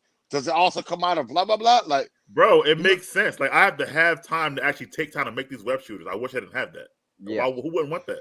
Yeah, but then at the same time, you about to bust on a chick, you shoot her in the face with webs. And don't do that. He said that. He said it. Don't do that. Only out of his arms. You had a question though. Somebody had a question for you. I don't know if you want to answer it real quick. My boy Matt. He said, "What did Osborn do?" He invented the Goblin formula to begin with. Before becoming the Goblin. He invented the Goblin formula. Yeah, what he did was he was basically like an evil Tony Stark. He paid in advance. That's basically what he is. Yeah. What did he do that was evil though? Created all the bad guys from Sinister Six and stuff really had something to do with him. No. Oscorp was Oscorp. Yeah, he created most of all that stuff. Yeah, but I think you're saying like in his intentions. What did he do? Like so I feel like you're bad if your intentions is to take over the city, right? Then you was bad. Then if you get superpowers after the fact, but you're not bad. He may not have been evil. Okay, so he may not have been evil, but he wasn't a good guy. Yeah, right. He's the kind of guy that would step over a homeless dude and laugh at him. That don't got it all. What I'm saying is taking away his formula. Well, we go back and make it right again, because he's that person. Yeah, he's that person. Right. These quote unquote cures didn't cure their mentality. They just cured the ailment right now of what they had going on. Got rid of his. They did get rid of the thoughts in his head. He literally said, "Oh, I could think straight now. Now my mind is clear." Right, but the thoughts in his head That was before a being the ruse. Goblin But I was thought to that was become the That was a Goblin. ruse. But I thought that was Doc Ock who said that. No, Doc That was said Doc Ock that said that. You're right. Yeah, E. and he Doc was Ock. talking about the arms. Yeah, He the was arms. talking Yeah. about all the arms in this. Oh yeah, all, right. Yeah, but Now, yeah. now Otto might go. Otto will go back to being good. He was pure. He was He was good. You call him naturally good. Otto or Otto? Well, Otto, whatever. I But call him Otto. Doc Ock. But Goblin, that nigga was gonna be evil regardless. Yeah, but what did he say? Because I thought the red, it was like the spray they sprayed him with, and then he said something. Like, didn't he say something? You're thinking like, of Black Widow. Yeah, that was Widow. That was Black Yeah, Widow. because he got sprayed. He got sprayed. He passed out. He dropped down with the dumb look. That was Widow. You're right. But anyway, let me go back to the statue. I'm gonna say mine real quick and go to E. So the statue, I like the talking scene. I like the callbacks. A little bit. I don't really like movies leaning on callbacks and nostalgia for my movie all the time. Me But neither. I thought, Me neither. But I thought some of that was good. I thought that I think all of them just kind of learning from each other. I thought was pretty cool. I feel like Andrew. They tried to. You know what I want to say though. Andrew gets killed. We didn't even have him in our conversation for Best Spider-Man, right? Because he gets killed. But I think his movies was worse than he was. I think Andrew, number one, I think he's the best actor of the bunch, number one. And I think Andrew as Spider-Man is dope. But his writing and his movies, his villains, put him down. You know what's funny? You know what? One thing I say about Andrew, and it evidently was clear in this movie. I always said this, bro. I said Andrew's too tall. Yo, he towers over them too. So yeah, he them next to each other. Because I always said, like, yo, I feel like he's too tall for Spider-Man. And in this movie, I'm like, damn, yo, he is pretty much taller. You got it in your head that Spider-Man is a midget or something? I always looked at Spider-Man as he's not a tall dude. I don't know. He is tall. He's actually really tall in the comics. No, he's not. Yes, he is. But for me, this how he is. He's just taller than Wolverine, but he ain't tall. Let me finish my point. Wolverine's 5'3". He's as tall as Cyclops. Cyclops is tall as shit. Let me finish my point. Okay, with Andrew, I like the fact that he's got like that snarly, like I don't give a fuck attitude. I feel like his Spider-Man is undervalued because of his movies. Like and Andrew, when he webs you up, he don't give a damn. He like stay right here. You're going nowhere. Yep, you're not going nowhere. That's not really Spider-Man though. That ain't the Spider-Man I grew up on. That is definitely Spider-Man. So you might like that. That might be cool because it's a Batman type Spider-Man, but that's not Spider-Man to me. A what type? What? A Batman type Spider-Man. What type? What? Batman beat the hell out you. Like that's people love Batman. Yeah, leave you for dead, not just web you. I get his point. Batman will beat you up. Andrew will beat you up. Like we're Toby and Tom. My brother's a Spider-Man fan, and when Andrew Garfield came out, he was like, "Bro, you seen the fight scenes? He was hitting them." I was like, "Yeah, he was tearing them up." Like he made a big deal about the action scenes because he does. Yo, Spider-Man always knocking somebody out. Like remember that part when dude like on the street? Am I right? Spider-Man always put his hands on somebody. Hold on, remember that part in the street where dude had like the knife? Andrew's like, "Oh no, a knife! What? Stay right there." Like, right, Tom that's what Spidey would do. Doing that. Though. Right, they need Tom to do that though. I would like them to add that to Tom as he gets older. Because that is Spider-Man. Spider-Man talks a lot of junk while he's doing stuff. But he's not talking that arrogant. Like, okay, so I've been saying this. I got ripped for it by you guys. That I liked Andrew as an actor better than I like Toby. Toby, I think, out of those three, is the worst actor. Just is the worst actor, one. Period. Yeah. To me, he's the worst. Then comes Andrew. Talking about comes Tom. No, I think Andrew's the best actor. He better win an Oscar for the movie he ever got right now. Andrew's the best actor. Yeah, Andrew's good.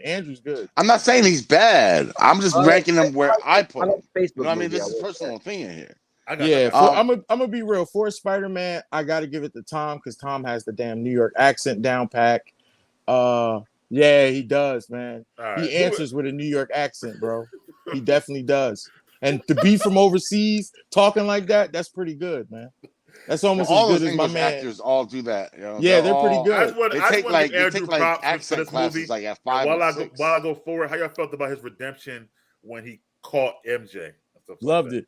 Bro, that was his eyes talked for him, like he acted with his face. Loved it. Honestly, he has got a good point. If we back up a little bit, when they talked about all the stuff they did, his emotions when he was talking about he couldn't save his Gwen woman. Stacy. Yeah, you felt his that. acting. I was like, Andrew's the best actor of all. I'm telling yeah, you. I felt it. And then when he called, he was more like, she was looking at him like, you okay? He was like that was probably one of the best parts of the movie because it redeemed him from another movie. Like that was, yeah. Like even when he was like Spider-Man 3, like come on. Do y'all agree that his movies movies kind of made him not as liked as much because of the villains? And, It's like the his movies? villains. Yeah, it's the the writing villains they sucked. gave him. The writing they Yeah. gave It was really him. dark. The writing too. was Like I horrible, said, bro. what's For his supposed to be Batman, movies. Spider-Man, What? I don't know. You trying to tell me Amazing Spider-Man 2 was dark? No, I'm just saying, like the scene. Like when I always think of it, I don't remember a bright scene. I always remember in my head when I think of him, I always just think of in the No, sewer. you're right. That's Mark Webb's style. That's Mark Webb's cinematic Listen, style. I remember when Amazing Spider-Man nighttime. Most of his movies take place at night. And I remember when Amazing Spider-Man 2 came out, and everybody that me and Mike went to school with, other people, all on my social media, all I saw was, man, Spider-Man's for kids. This movie was for kids. Because it wasn't like the first one with the lizard. But she died. Okay. Well, the redemption for me was great. Like, I thought the whole scene was dope. How Tom went first, but then the Goblin came out, and then when Andrew went, and it wasn't just that he did. It was that like he had thought about this obviously, because when he tried to catch Gwen, he went with the web first, and it cracked it back. This time he caught her first, and then he shot the web. So it's like he actually thought about, okay, how would I do this differently? Right. And I felt like that was awesome to me too. So I want to give props to Andrew, man. Like everybody asks for another Amazing Spider-Man movie right now. I'm here for it. I like Andrew. I'm sorry. Only way I would like. What if it's with the same writers? Nah, fuck that. The only way I would like Andrew to do that is if they let him be dark. If they show us him not pulling the punches and all that stuff, I would appreciate that. I'll watch that. Batman. Not again, Batman, that would be just as foreign to me as web shooters coming out of his body. That's because not Spider-Man. When did Spider-Man pull his punches? Somebody tell me this. When he fights. What do you mean? When he what? When he Spider-Man's what? I would love bro. to hear this. Spider-Man can throw a car like a softball, bro. Yeah, but when do he pull his punches? Not what he can do to you, not what he can pick up and destroy you with. When do he pull his punches? You don't he punches everybody in the face. When he don't punch, no, hold on. I don't think he goes full strength. I don't think he goes full strength. Man, it don't matter. He beats the shit out of you. He fights. When you don't go, he fought Luke Cage strength, on the roof. Pulling your punches. Bro, he fought Luke Cage on top of a roof. He did not hold his punches. Because Luke Cage is invincible, bro. Luke Cage can't be hurt. Go ahead. Hold on. Tony, go ahead. Let me ask you a question. Hey, this is how he punches. Don't punch your damn head off your body. Right. Like, he could kill you if he wanted to. It's like a regular person, yes, but you guys are forgetting that most people he fights also has super strength or has something up there with him. They don't have super durability. That's my biggest knock on. Their heads off. Hear me out. Pulling his punches means listen. Let's say you're trying to save somebody and they got guns. They trying to shoot people. He makes sure he's just gonna web them up. He's gonna leave a note for the cops. He could break their arm. He could be like, "Yo, you." Listen, I'm gonna break your damn arm and let me see you. Every time you go to steal something, I'm gonna break your arm again. Like he's a goody two shoe, you know. Yeah, that means to me, it means he just doesn't go as hard. I don't see him pulling punches. He don't go as hard though. He don't go as hard as far as destroying you. But when it comes to fighting, he fights. Remember, he fights a lot of street level criminals. Perfect example. Perfect example. Spider-Man could punch through a brick wall, right? Right, go ahead. Right. Okay, so Mysterio in Far From Home is just a regular human. If Spider-Man punched him hard enough to punch through a brick wall, Mysterio would be dead. Yeah. Right, but Mysterio didn't have it to where Spider-Man could just punch him. He did. He didn't have it like that. And he did. He didn't. He almost shot that boy in the head. He literally almost shot that boy in the head. He didn't have him to where he could just punch him all in the face. I would just say this, hold on, Again, I'm keeping finish my point and move on. He fights street level people all the time. He fights what's that crime family? Not King, but the other one that was in the Maggia? Maggiano, yeah. He fights them all the time, bro. He don't be killing them. He's a Maggiano. Yeah, whatever, yeah. He don't be killing them. Because he's not a killer. That's the point. But that's not mean Yeah. he's pulling his punches. No, it That's does. not, that Yeah, don't it mean does, because those No. two run in direct he's just not a contradiction to each other. killer, bro. Like y'all get Yo, that shit yo, confused. imagine somebody shoot you and be like, I ain't a killer, but I just had to shoot him. All right, let's go with Daredevil for instance. Daredevil don't kill, right? But he'll throw you down the steps. You'll break your back. You won't walk again. Yeah. He'll That's cripple that you. Batman violence. But listen, he'll cripple you. He will literally cripple you. Yeah. Right. Yeah. But he'll make sure you're alive. But he can kill you. He can kill you. But he's not killing you. No. Daredevil doesn't have super strength though. Daredevil don't have super strength though. Yes, he can't. He can't. No, he does not, bro. He's not. Now. Somebody ain't been reading their comments. Wait, hold up. There's so many levels of super strength. There are so many different levels of super strength. Y'all sound crazy right now. Spider-Man and Superman both have super strength, but it's not the same. Hulk got super strength. Wolverine got super strength, but it's not the same. All right, what are y'all talking about? Can Daredevil kill someone with one punch? Oh my God, we gotta stop. That's not just super strength. I'm trying to end about 3 hours. We got 6 minutes left. Okay, there's levels to that shit. Okay. Y'all trying to make it sound like Luke Cage and motherfucking Superman got the same super strength. But when a dude can punch through but listen, the Hulk and Luke Cage don't have this. They both got super strength, but it's not the same. Super strength means you can do something a normal person cannot. You're stronger than a normal person. Correct. Is Daredevil stronger than a normal person? No. Yes. No. When? No, he's not. What comic books do y'all be reading when he be fighting? Daredevil. The nigga Daredevil. Daredevil. Daredevil's the only nigga. Daredevil's the only person I've seen that could fight Shang-Chi, that fought Shang-Chi in the comics, that fought Luke Cage. What are you talking about? Yeah, he fights Luke. You know how he fights Luke Cage? By tripping him and making him fall down and stumble. All right. Okay, that's what he does. 90% of Daredevil's people he fight are street level dudes. Like it don't matter if they street level. Luke Cage is street level, but Luke Cage can. I mean like just America. regular goons. I mean regular people. Regular people. 90% of Daredevil people he fight are regular people. Anyway, to moving forward, Andrew's redemption we got. Now we're talking about the last big sequence with the Spider-Man and all the villains, and they all come out. Doc Ock comes and he's good already at the time. So he takes away Jamie Foxx. We got the Jamie Foxx scene talking about Black Spider-Man. How you feel about all that, Anthony? Wrap it up for me, bro. What do you think about it? Bro, this is my scene right here, Mike. You know what I always say? This is my climactic clash. All right. So this is my climactic clash. Give a credit to my guy Matthias Thompson III, my best friend that lived in Arkansas. He left me, but he put that word in my head way back in the day. This is called a climactic clash. I love it, man. I get my 3 Spider-Mans trying to save the day, teaming up, going against epic villains of theirs. I mean, I feel like the scene, them deciding to make the scene around a Statue of Liberty, but with scaffolds and stuff was brilliant, right? Because you have a lot you could do with swinging and spinning, and it was so much of this villain's getting away, and then he got to go get him, and then they switch. I don't know what scenery would have been better. Like, I'm trying to think in my head, where would I want this climactic clash to take place out of the movie, of all the different places they went? This was probably brilliant. They had the big shield break off and fall down. They got the Captain America shield on the Statue of Liberty. Like, it was just epic on top of epic. And I'm not a Spider-Man fan, but this moved me as a movie with the 3 Spider-Mans in it and the villains in it, and it just made this, for me, again, honing it in, the best comic book movie. It was a perfect ending to a movie. They cured everybody. You can start right there. Okay. Yeah, you can start right there. Right. The climactic clash. We're gonna use his word. Climactic clash. Dave, how you felt about the climactic clash? That was dope.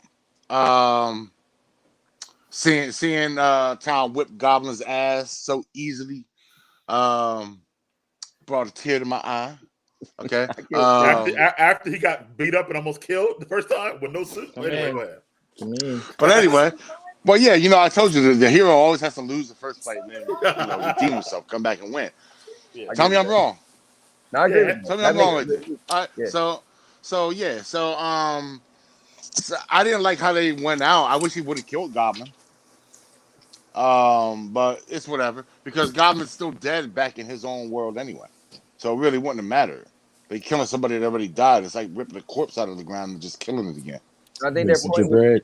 back. Right? That's what I'll get to later on. But I agree with you Yeah. on that, Dave. All right. But don't forget about though when he tried to kill But him. yo, yeah, but one thing. Toby stopped them. Don't forget about that part. But anyway, go ahead.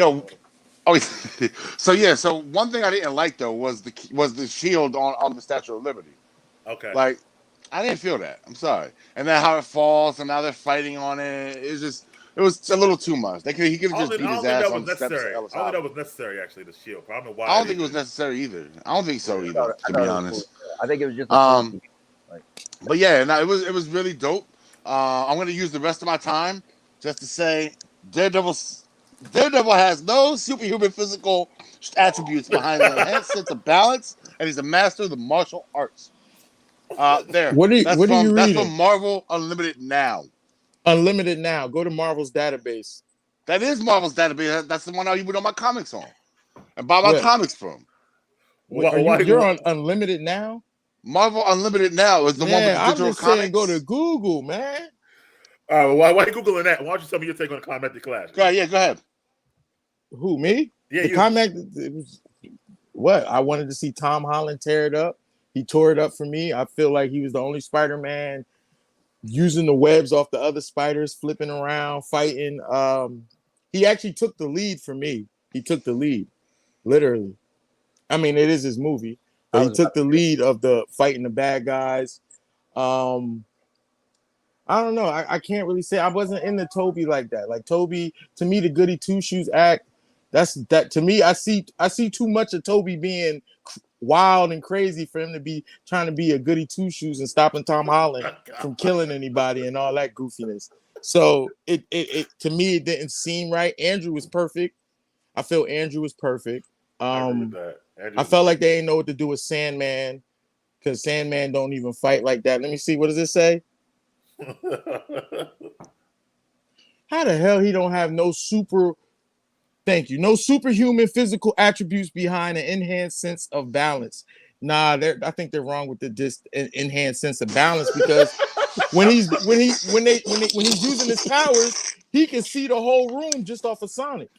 Yeah, all right. But that's taste, hearing, sense, smell, all that other shit got 10 all times. All right, so Ant, did you watch the first Daredevil movie, right? Yeah, you're talking about that fool was jumping off of buildings and all that, right? Correct? Yeah. Building that have anything to do with that way. Oh, you're telling me that's not that doesn't take superhuman strength? A regular human can jump building to building. Those wasn't far jumps. I could have done it. They weren't far. So a person just has to be strong in order to jump and land. Anthony can't jump. He got a video of him jumping a lot. But Anthony could jump building to building. I mean, he might be able to, honestly. Bullshit. I'm calling cap. I'm calling cap. And the only reason Dave tried to look that shit up because he still heard about Hawkeye. I blew you out, bro. What you talking about? I ain't trying to look it up. I'm letting people know the facts. I don't want you spreading false facts on the show. And I'm going with the facts of Daredevil. Daredevil don't got super strength. A regular blind person is not going through a stairwell. All the times Daredevil punches Matt. Yo, all the times Daredevil punches a regular blind person is not going through a stairwell with just balance, beating up bikers and shit. I love the fact that you're talking. You notice he's not knocking him through walls, concrete walls and shit, right? But we got to keep moving. All right, so I'm getting home. By the way, all right, so the Climactic Clash, man. I thought. Only thing I hate sometimes. I hate that it was at nighttime. I think fuck y'all. Okay. Shut this nigga down. Or whatever. But I thought I like the fact that each Daredevil's powers hero was with their villain. Like I like the fact that you saw Flint. You know I'm about to get you. Toby talk again. You saw Flint. I mean, you saw Toby and Doc Ock talk to each other again. You know what I mean? I see you grew up. You saw Andrew talk to Max, and you started to remember like Max. I always wanted to be, always liked you and stuff like that. And then Max was a little, I thought you would be black, thinking about Miles Morales, stuff like that. All right. So no. You can do that after the show. After the show, you can do that. All right. Then we saw. Put that back up real quick. He's talking about. Put that back up real quick. Just put it up while he's talking. Go ahead. Yeah, go ahead. All right. Then, like I said, the ending. I don't see super strength. Superhuman senses? Senses. I can smell, hear, taste, touch. That's a sense. No super strength. No super All right, strength. Yeah, go ahead, Mike. It was your fault, Anthony. You should have made it big, Anthony. That was your fault. But no, because I did it for Dave, so I gotta be fair. He did it for Dave, but Dave don't know shit from shampoo Anyway, all yet. right. I like Doc Ock coming back. We missed one part of this whole thing. All right, let's go to the end. Strange does come back in, through another portal, the super Ned, with another portal that he creates, stuff like that. Strange comes back in, and now the only way to stop it if everybody forgets Peter altogether. Let's talk about that part, and then Peter's last goodbye to MJ, the other Spider-Man, and stuff like that. What are your thoughts about that? Dave.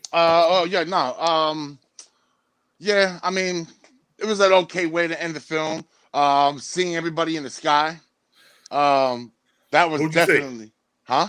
Who did I see? Who did I see? Definitely Craven with the spear. Yeah. Definitely Craven. I saw Craven, I saw Rhino, and I saw Scorpion. Those are the ones that they showed on the video. What video? New Rockstars. Don't try to play, man. No, I saw them though. I'm saying. And New Rockstars don't even be 100%. No, they don't. Good. He be off. He be way off. He was off on Mephisto big time. Yeah, bro. He go way off. Yeah, anyway, now you're off. Now you're off. So go ahead. About the last. So anyway, I didn't make out a Rhino or a Scorpion. I definitely saw the spear. The dude stepping up with the spear. I was like, yo, that's the Craven plug. Other than that, I didn't really. I got to get it on DVD so I can pause that scene and look through each one. That was the only one I caught. How you like the whole idea that everybody had to forget Peter, stuff like that? Oh, at the end, like everybody. Well, that's actually taken from a storyline called like One More Day.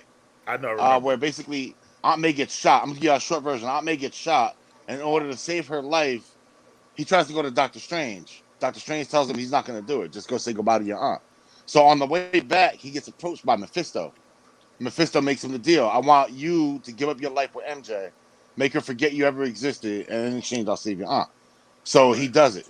So he asks for one more day with her, 124-hour span, where he spends with her and lets her know the whole deal, says his goodbye and shit. Right. It mimicked that a little too much, but I thought that they're burning, or they're going into that, I guess now. Yeah, but how you feel about everybody that know who he is, not just MJ? Well, there's a big plot hole there. There's already been newspapers printed. People already have text messages from him, videos of him. Ned but goes does the to spell school mean that all that disappears now? What? No. Imagine like a newspaper just disappearing out of someone's shit. Now people are wondering where their shit went. Right? Hey, like, listen. The whole world had a snap where people left. 50% of the population. I don't think. But everybody noticed that. Everybody noticed that. So I think they would notice this shit too. Yeah, they're just like, damn, where the hell my newspaper go? That's crazy. Yeah, what happened to these text messages? I had a boyfriend yesterday. I was about to go get some cheeks. Like Zendaya be like, I'm gonna get some cheeks tonight. Oh shit. You don't remember him at all? I don't even have a man. Fuck I'm talking about. Okay. You know what I mean? Like, so but I think this plays in. We're going all the way to the end of the movie, right?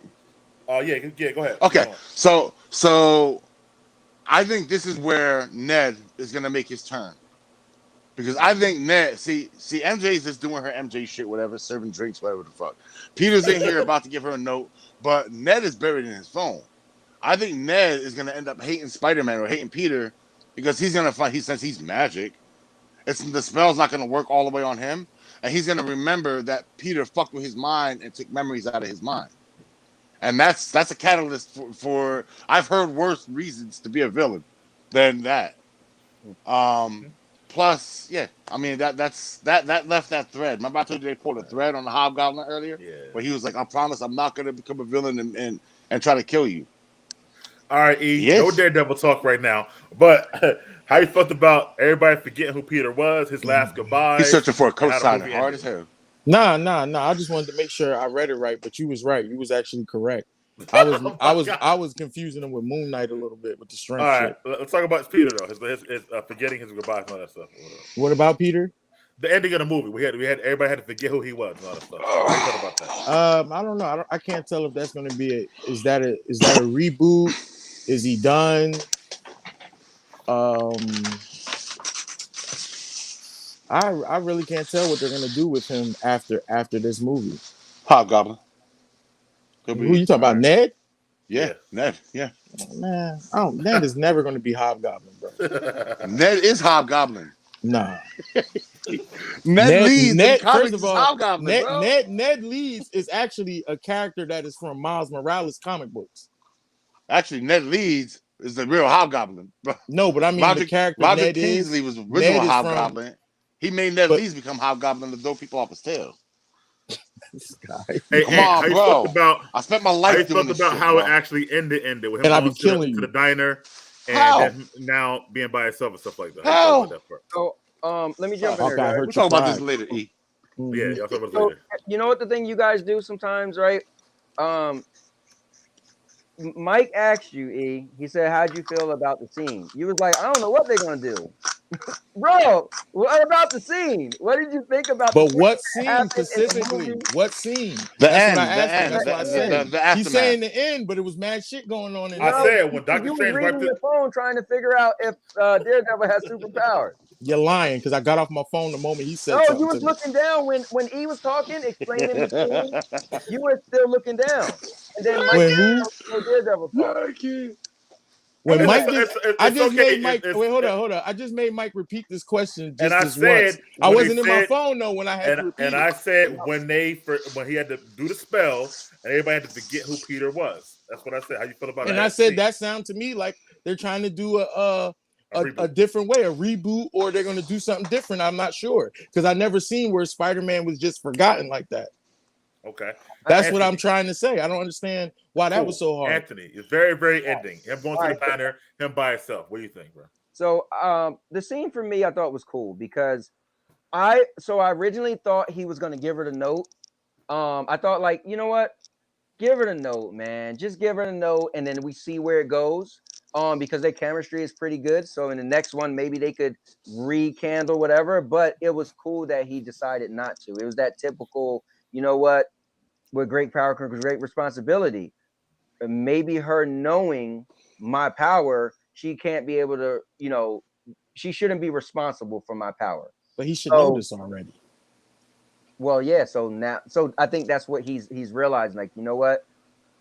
I selfishly, like when I asked him earlier, do you want them to go for you or for them? So I think he realized, you know what? I selfishly could keep her for me, but you know what? I probably shouldn't have her in my life. She probably shouldn't know me. So, which was pretty cool, man, to give up the love of your life at that point, at that young age. But I mean, I was interesting. I thought it was cool is that Ned and them, like the fact that the way they played it out that they just didn't know him, and it kind of hit my heart a little bit. Like, damn, bro, your best friend and your girl don't know you. It's crazy. Could I do one thing though? Yeah. Since E was done, E, you were a week ago. You said they left stuff out. What did you mean by that? What did you want? Because I wanted to ask you. And if I could ask you real quick to sum it up on camera, what did you feel that the movie could have had that it didn't have? Like from all the three, knowing that these was three different universes coming together, was there something like what did you specifically felt they could have added in the movie that they didn't? Oh, I wanted Miles. And I meant Dave, my bad. But I think the Miles. I wanted Miles. I wanted Miles. So the Miles thing for me, the Miles thing for me was good. Thank you. you. How does the two Spider-Man make sense? And not Yeah, Miles? how do two Spider-Men make sense but Miles? Let me answer. I was cool with Miles because Jamie Foxx was like, they might be a black Spider-Man. I was like, bro, but that wasn't good enough. Let me just that say wasn't this. good enough Miles for me. Morales already exists in the MCU. Correct. And we noticed this because of Prowler. Prowler already said that he got a nephew around here, and I don't want these weapons out here. That already happened. So I don't see why they couldn't touch on Miles Morales at all. Spider-Man. That don't mean Spider-Man. Don't mean a Spider-Man yet. That's number one. Don't you think he knows he's Spider-Man, Miles Morales? Yeah, you think he's gonna tell? How you know he got a Spider-Man yet, though? But how do you know he don't? But you know the only way that makes sense. The only way what I'm saying why they didn't do it is because he's not Peter Parker. Right. That's why. Right. This was more of a who knew Peter Parker thing. Right. He's Miles Morales, completely different Spider-Man. Still Spider-Man. Right, yeah. But it would have been nice. It would have been nice for them. It would have been nice for them to at least introduce the character before he becomes Spider-Man. But when I'm saying change it, when I'm saying missing parts and changing it, I'm not saying that that everything has to stay the same from the movie we just saw. You get what I'm saying? I'm not saying that they had to say, "Oh, I'm looking for Peter Parker." They could have just said they were looking for Spider-Man, and that could have brought Miles. Okay. I feel like for Miles, and I'm gonna go to Dave for another question for a second, but I feel like for Miles, they got 2 more Into the Spider-Verse movies coming out. With Miles, I feel like why bring up live action now? It's going then it's going to take away from the other movies first. Not really to get people more excited for the other movies. They'll think that it will link it to this. So how many heroes we got? You do those first, and then you bring them live action. You can even bring that same Miles from there to the live action. Yeah. But what I'm saying is, why are we waiting so long for these type of heroes? When how many heroes do we have? The actor who plays Miles Morales in the Into the Spider-Verse. No, not the guy. The voice actor? saying, but forget the voice. I'm just saying, like bring the character. Right. The voice actor I thought you meant the voice actor. Sorry, the voice actor from The Wood, right? Yeah. No, the voice actor from the Wu-Tang show. I thought he's the guy who plays Raekwon. Yeah, in The Wood. Yeah, The Wood. Yeah, that movie back in the day, The Wood. No, the voice actor is the dude who plays Raekwon the chef in the new Wu-Tang show. That's who does Miles Morales. And he's the Wood, the guy from The Wood. He was the young one that touched him. He was, I think she purdy. Oh, that wasn't. Was it? I gotta go back and watch. Yeah, anyway, go ahead. Yeah. But so Dave, how you felt about the ending, the diner scene, and him by himself and all that stuff now? I answered that already. Okay, all right, I got you. Yeah. So me, I felt like the whole I liked the goodbye with him and MJ and Ned. I thought that was heartbreaking. I liked the goodbye first with the Spider-Man. I felt like they had this like camaraderie, and I felt like that was pretty dope. I like how Toby was stabbed, but then he was like, "No, I'm not dead." That was whack. So like, oh my god, I thought that was cool. No, because I didn't want him to die, so I'm glad he didn't. Yeah, I'm glad he didn't too. I feel like Strange. I feel like we'll see what happens moving forward with him. We'll talk about that in a second. His thing. I also felt like that. I like first of all, I love being an East Coast person. I love New York wintertime, the diner stuff or whatever like that. Like that always, is in my heart. And then I got what I want finally, Dave. Peter Parker by himself. Dude actually about the rent. Paying rent. Yeah. Paying rent. He made his own. Huh? Yo, Mike is the first person they were gonna get the old guy from the fucking first. I did. Yo, Dave. I know you heard dude say something about the rent. You was like, "Yo, Mike and his fucking rent." I didn't even think of that. That's the first. And on top of that, when he left MJ, I was like, "I know Mike happy because he hates this MJ." Yeah, he go outside and meet Emma Stone or some shit. But the fact that he made his own suit now, that's what made me think of Mike right there. No more Avengers. He got sewing machine. He got to pay rent. This is like my classic Spider-Man. Now you got to get a job. Yeah. He's got to take a GED. Like, I'm going to love this Spider-Man now. So, but I ain't going to lie. Spider-Man always had help. And then him swinging in New York City above Rockefeller Center in the wintertime was, again, coup de grace. A great ending for me. Because at the end of Homecoming, he was in a fucking car. And then at the end of that's one. Far From Home was a different thing or whatever like that. So this one was perfect for me. So that's my ending. Moving forward, post-credit scenes. Anybody want to touch on the one with Venom? Any thoughts on that? Thought that was a waste. Thank you. Well, I think I'm glad that they at least cleared it up. They're just letting you know you will not see Tom Hardy and Tom Holland on screen together. But what's cool is he did leave a piece of the symbiote. So we know that the MCU will get a Venom. So we're going to have 2 Venoms? Or are we going to get an Agent Venom? There won't be 2 Venoms. No, there's only one Venom in there's no Venom in the MCU right now. But you don't get what I'm saying. I'm talking movie-wise. Yeah. For people that don't we're going to get one done correctly and then one done by Sony. So basically, no. I honestly feel we're going to get Venom. We already got Venom. Now I feel like Marvel's going to bring us an Agent Venom. Well, they're doing Secret Wars. So we know that's happening. I still feel like we're going to get Spider-Man only survives in space with that suit. So he's going to need that suit to survive the Secret Wars. I feel like we will. I mean, honestly, I would have loved to see 2 Toms interact together, maybe at least in this movie. So I feel like that was a waste. Yo, that was a waste. It was such blue balls, yo. It was like that's exactly what that was. Let there be carnage to be like, oh, they're going to meet. And then they don't even enter the same country. Here's what's weird though. Is Sony really planning to have just Venom movies, and he never meets any. I don't care which Spider-Man, but Somebody so said that they turned fucking Venom into Uber Eats. He just came to deliver a suit and left. Right. Just left. I think one of the Spider-Men, especially now, maybe Andrew, wound up meeting Tom Hardy's Venom. Well, yeah, they're gonna combine. Maybe not Andrew, probably Toby. But that You don't think so? I think it'll be Andrew. I don't think it's gonna be I Toby think at all. it I could think be Andrew Toby's done. because Well, you're right. Yeah, Toby's way too old to play Peter now. Toby already had a Venom though. That would be like, come on, bro, you getting a second chance to have a Venom. I think it's gonna be Andrew. Actually, I think that'll be dope. And Andrew a lot younger. You know what I'm saying? Toby got a bad back. So yeah, I think it'll be Andrew. And I think that and I think they're also gonna have. They're probably gonna do that Sinister Six, the real Sinister Six. This wasn't Sinister Six. This was 5 dudes right. came into the universe or whatever like that. But a real Sinister Six, I think they'll do that in the that universe. Also, I don't know how they're gonna do all this mess. Hold on, E. Also, remember, they made it very clear to tell you there's no Oscorp in the MCU, but we know that Venom and Morbius universe has an Oscorp because we see it in the Morbius trailer.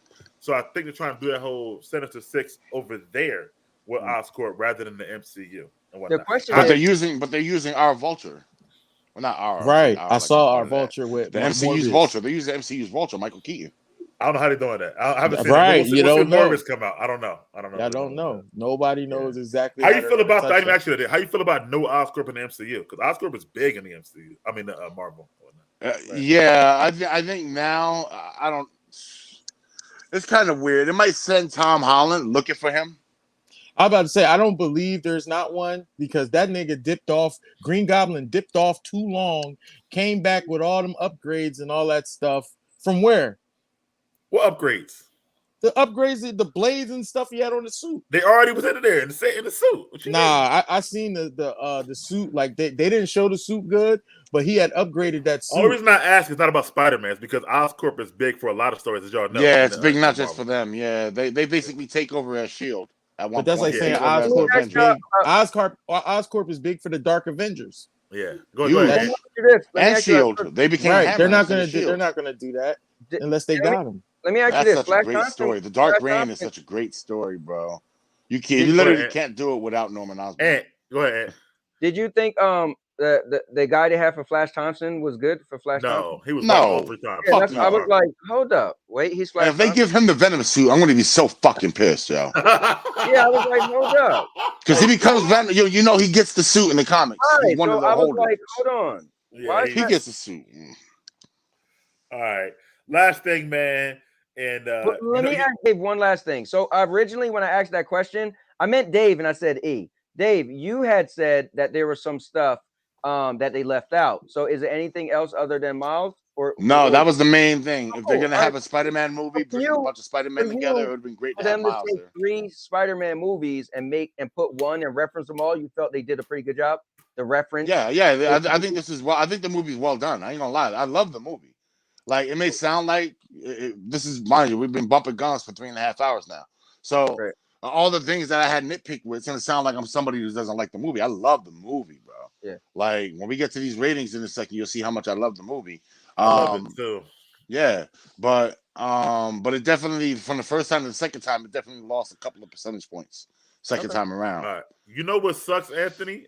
I was watching somebody's review of this movie. I probably watched many hours of them now, but the guy was saying that he came into this with no trailers at all. Right? He don't watch trailers, period.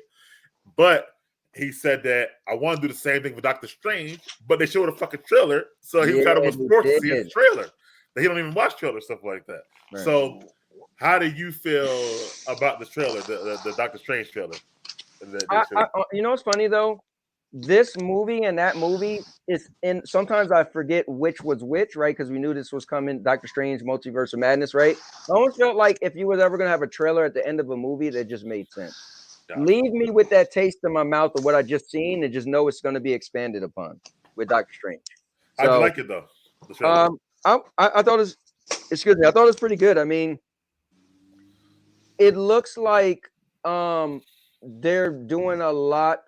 So it's callbacks to me from watching the What If.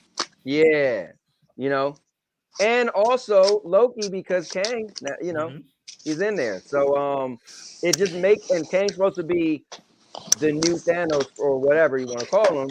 Well, So it's like, wow, that's pretty cool when you think about it. well, you're about to hate me, Ant, because you know Wow. Mobius and Sylvia are gonna show up in Doctor Strange 2. Sorry. Really? From what I heard, yeah. That's horrible. He just did that to you. Sorry. All right. I know. I just had to do it. I know. I'm trying to hold it in again. That's all right. In my head, I'm thinking like, who the hell is Mobius? Oh, okay. Oh, All never right. mind. See, All right. it backfired, Damn. so it's good. Damn. All right. Dave, you don't gotta come on the show Tuesday, by the way. Let's go if you What's want up? to. Yes, you don't gotta come on the show if you don't want to on Tuesday, by the way. Just like you know. Oh, what are you talking about? What we winning? I gotta come on the show now. I gotta come on the show because we winning now. What?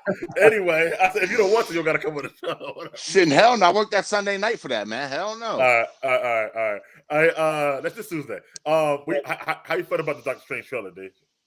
I had already seen it a couple days prior. It was nice seeing it on a big screen. It doesn't really give away too much. I'll say that. I love having what's the name, Mordo back, right? That's his name, right? Mordo? Yeah. Yeah, but the problem is he left as an enemy. What the fuck is he doing as a friend now? So that being said, yeah, it didn't give away too much. I don't think Mordo's gonna be the main. Do you think the movie will keep Wong as Sorcerer Supreme the whole entire time, or will it go back to Doctor Strange? You think? No, it's definitely gonna go back to Doctor Strange. Yeah, I think so too. Gotcha. They might come off Wong altogether. What's gonna happen to Wanda in that movie? Just as throwing out there. I have no clue, to be honest. When Wanda first came, right? She came in what, Civil War? Was that the first time? Civil War. Yeah. She was cool. No, whatever. Age of Ultron. Yeah. So, but her stock raised so much for me since then, right? So for me, I'm like, even I was so excited in What If when she was the zombie. I was like, oh, because she's so powerful, right? Me too. So for me, it's another level of excitement to have her in Doctor Strange, you know. All right, and now to the very, very end. What's your? I mean, I know you gave it last week. I'm sure it didn't change for you. Well, Anthony's already done. He's the best comic book movie ever all time. Dave, what's your rating after 2 viewings of this movie? 9.3. Dave, you dumb as hell, yo. No, I put it on my list already. So it was 9.5 last time, so he went down. I went down 2 percentage points. But remember, we said we was doing like. We'll let him have it. Halves. I'll let him have it. Holes in halves. Then I got to drop it to a 9. Okay, that's where I'm gonna drop it to a 9. Blame it on Ned and his fucking instant mastery of magic. Blame it on Toby, boring up the movie a little bit. Oh my god! But other than that, everything was dope. I mean, and like I said, the obvious fucking plot holes, notwithstanding, it's I'll give it a 9. But on my rating, it's gonna be fractionals, just to let y'all know. And don't forget, next month the reason why David said that is because just let everybody know in the chat and Anthony, next month, probably the 2nd or 3rd week in January, with no comic book movies or shows on, probably before Morbius comes out, we're going to do a ranking all of our MCU movies, 1 through 27 now. What I'll do is that like 27 down to 10, we'll just like say who they are, and then 10 to 1, we can say why. So it's like a better show. Yeah. And let me just say for the people who didn't watch last thing, my rating is a 10. I end up liking this movie so much that I think it's the best comic book movie. Period. All time. Period. It jumped over Endgame. And Endgame I ranked so high with the Hulk not being in it. But I always nitpick that. But the movie was still great to me. But this, and my Edward Norton Hulk that's probably still a 10 also. But that's biasly. I would be honest. It does no wrong. So, but that's the 10 also. But I don't. There's not another movie I give a 10. But I do need to watch Winter Soldier again. Yeah, you do. You need to watch that again. You do. But before we do this ranking, maybe in like 3 weeks, you need to watch that movie again and then put it against this. And Mike, before you give your rating, he's back. Yeah, let E give his. Died right on me. I don't hear it. All right, we got you. Can you hear us? Check. Let me see. He's talking but not going. I typed it up. Yeah, I can hear y'all now. All right, cool. All right, real quick, two things. How you feel about Doctor Strange trailer? So you should answer that question. Loved. Oh my god, I can't wait for that. That looks so good. I'm excited for that. I can't tell if that's Shima Gorath because Shima Gorath is usually bigger than That's that. definitely Shuma Garaf. It's not. It's Gargantos actually. That's the I thought Gargantos looked like the toy. The toy came out. It says Gargantos on the toy on our toy already. and that's crazy. Why would they make Gargantos look like Shima Gorath? I thought it does look Shima Gorath. Anyway, nah, Gargantos looks like a melted swamp thing. I'll show you the picture I'm talking about. Anyway, you loved it. What's your rating for this movie, Spider-Man: No Way Home? 1 through 10. It gets a 10 for me, dog. Okay, all right, cool. All Damn, nothing wrong with it. Oof. Okay, all right. Well, High praise. High praise. That's high praise. Me and Dave are lock, stock, and barrel. I'm at a 9. I was 8.5 after the first viewing. I went to a 9 after the second viewing. Oh, that's cool. Yeah. So the way you talked about it, Mike, I almost thought it would have went down for you. No. It actually went up for me. Oh, cool. What made it go up? Seeing Toby twice in a month. Well, it went up. No, I think sometimes, same thing for me with a lot of movies. I think sometimes when the first movie happens, like you said, kind of, you're so amped and you miss certain things. Right. And then the second time, I think like some of those fight sequences, I saw better the second time, but the first time I'm missing certain little things about them. Like everybody was talking about the point, right? Where they all pointed to like the meme. Yeah. I missed it the first time. But then the second time, they pointed at what? I didn't miss it. They pointed at each other. You know, they got the meme where they all point to each other. The Spider-Man meme. Yeah. I didn't see it the first time, but the second time I saw it. Yeah, I don't think I thought you would have been waiting on that, yo. Nah, I wasn't. I was waiting on it. The moment they did it, I was like, I'm just mad they didn't do it like the meme though. I would have preferred the meme way. Yeah, I like that. So it's things that made it go up for me. It's a 9. Like honestly, and 9 is heavy for me because I'm a hard, rater. Yeah. But remember, but I ain't gonna say that because we're not talking about that right now. So last thing we're gonna do, because we got to, is we can put Spider-Man to bed until a few years from now when the Spider-Man comes out. But right now there's been 8 movies if you include Into the Spider-Verse. So we know what your number 1 is. How would you rate your 2 through 8? Stuff like that. Let's go with Anthony since you're right here. Or can you do it right now? Well, yeah. So number 1 is gonna definitely be this one. Right. Number 2 is Spider-Man 2 with Dr. Octopus. Number 3 will probably be the first one with Toby. Okay. And then I'm gonna the Andrew Garfield. The combat was good, but I don't need Spider-Man to be doing martial arts for me, right? So when people go crazy over that, so I'm gonna say his movie is gonna be last, because his villains was pretty whack anyway. So what you got higher? No Way Home, or I'm sorry, Far From Home or Homecoming? Which one's higher for you then? The one with the Vulture. That's Homecoming. So that would be that would be my 4th movie, right? 5th, I think, right? Because you said number 1, No Way Home. Number 2 was Spider-Man 2. Number 3 was Spider-Man 1. Right. So yeah, number 4 would be Homecoming for you. All right, cool. Right. And then I'll go into the Andrew Garfield movies. So which one was the first one? What was the villain of the first one? Lizard. And then it was Jamie Foxx, right? Yeah. So I'm going with Jamie Foxx movie. That's number 5. Then the Lizard movie. And then the number 6 movie of them all was with Mysterio. That's Far From Home, and then you got Into the Spider-Verse last, I guess. I don't. All right, cool. All right, yeah. Who's ready next? Let me just make this clear. I'm ready. Watching. I like Into the Spider-Verse, but it's not fair. It's an animated. You could do it's a cartoon movie and live action. Like how did it was amazing, but it's a damn cartoon. I could draw. You got to think of actors. You got to think of harnesses to pull somebody in the air and spin them. And you just said Toby might not be in it because he got a bad back. All those. He was trying to make a joke. You can't compare a cartoon. No, he does. He does. He does have a bad back. Yeah. He broke his back making Seabiscuit. Remember Seabiscuit when he was on a horse? Yeah. He threw him off the horse and broke his back. Isn't that what the Spider-Man joke was about?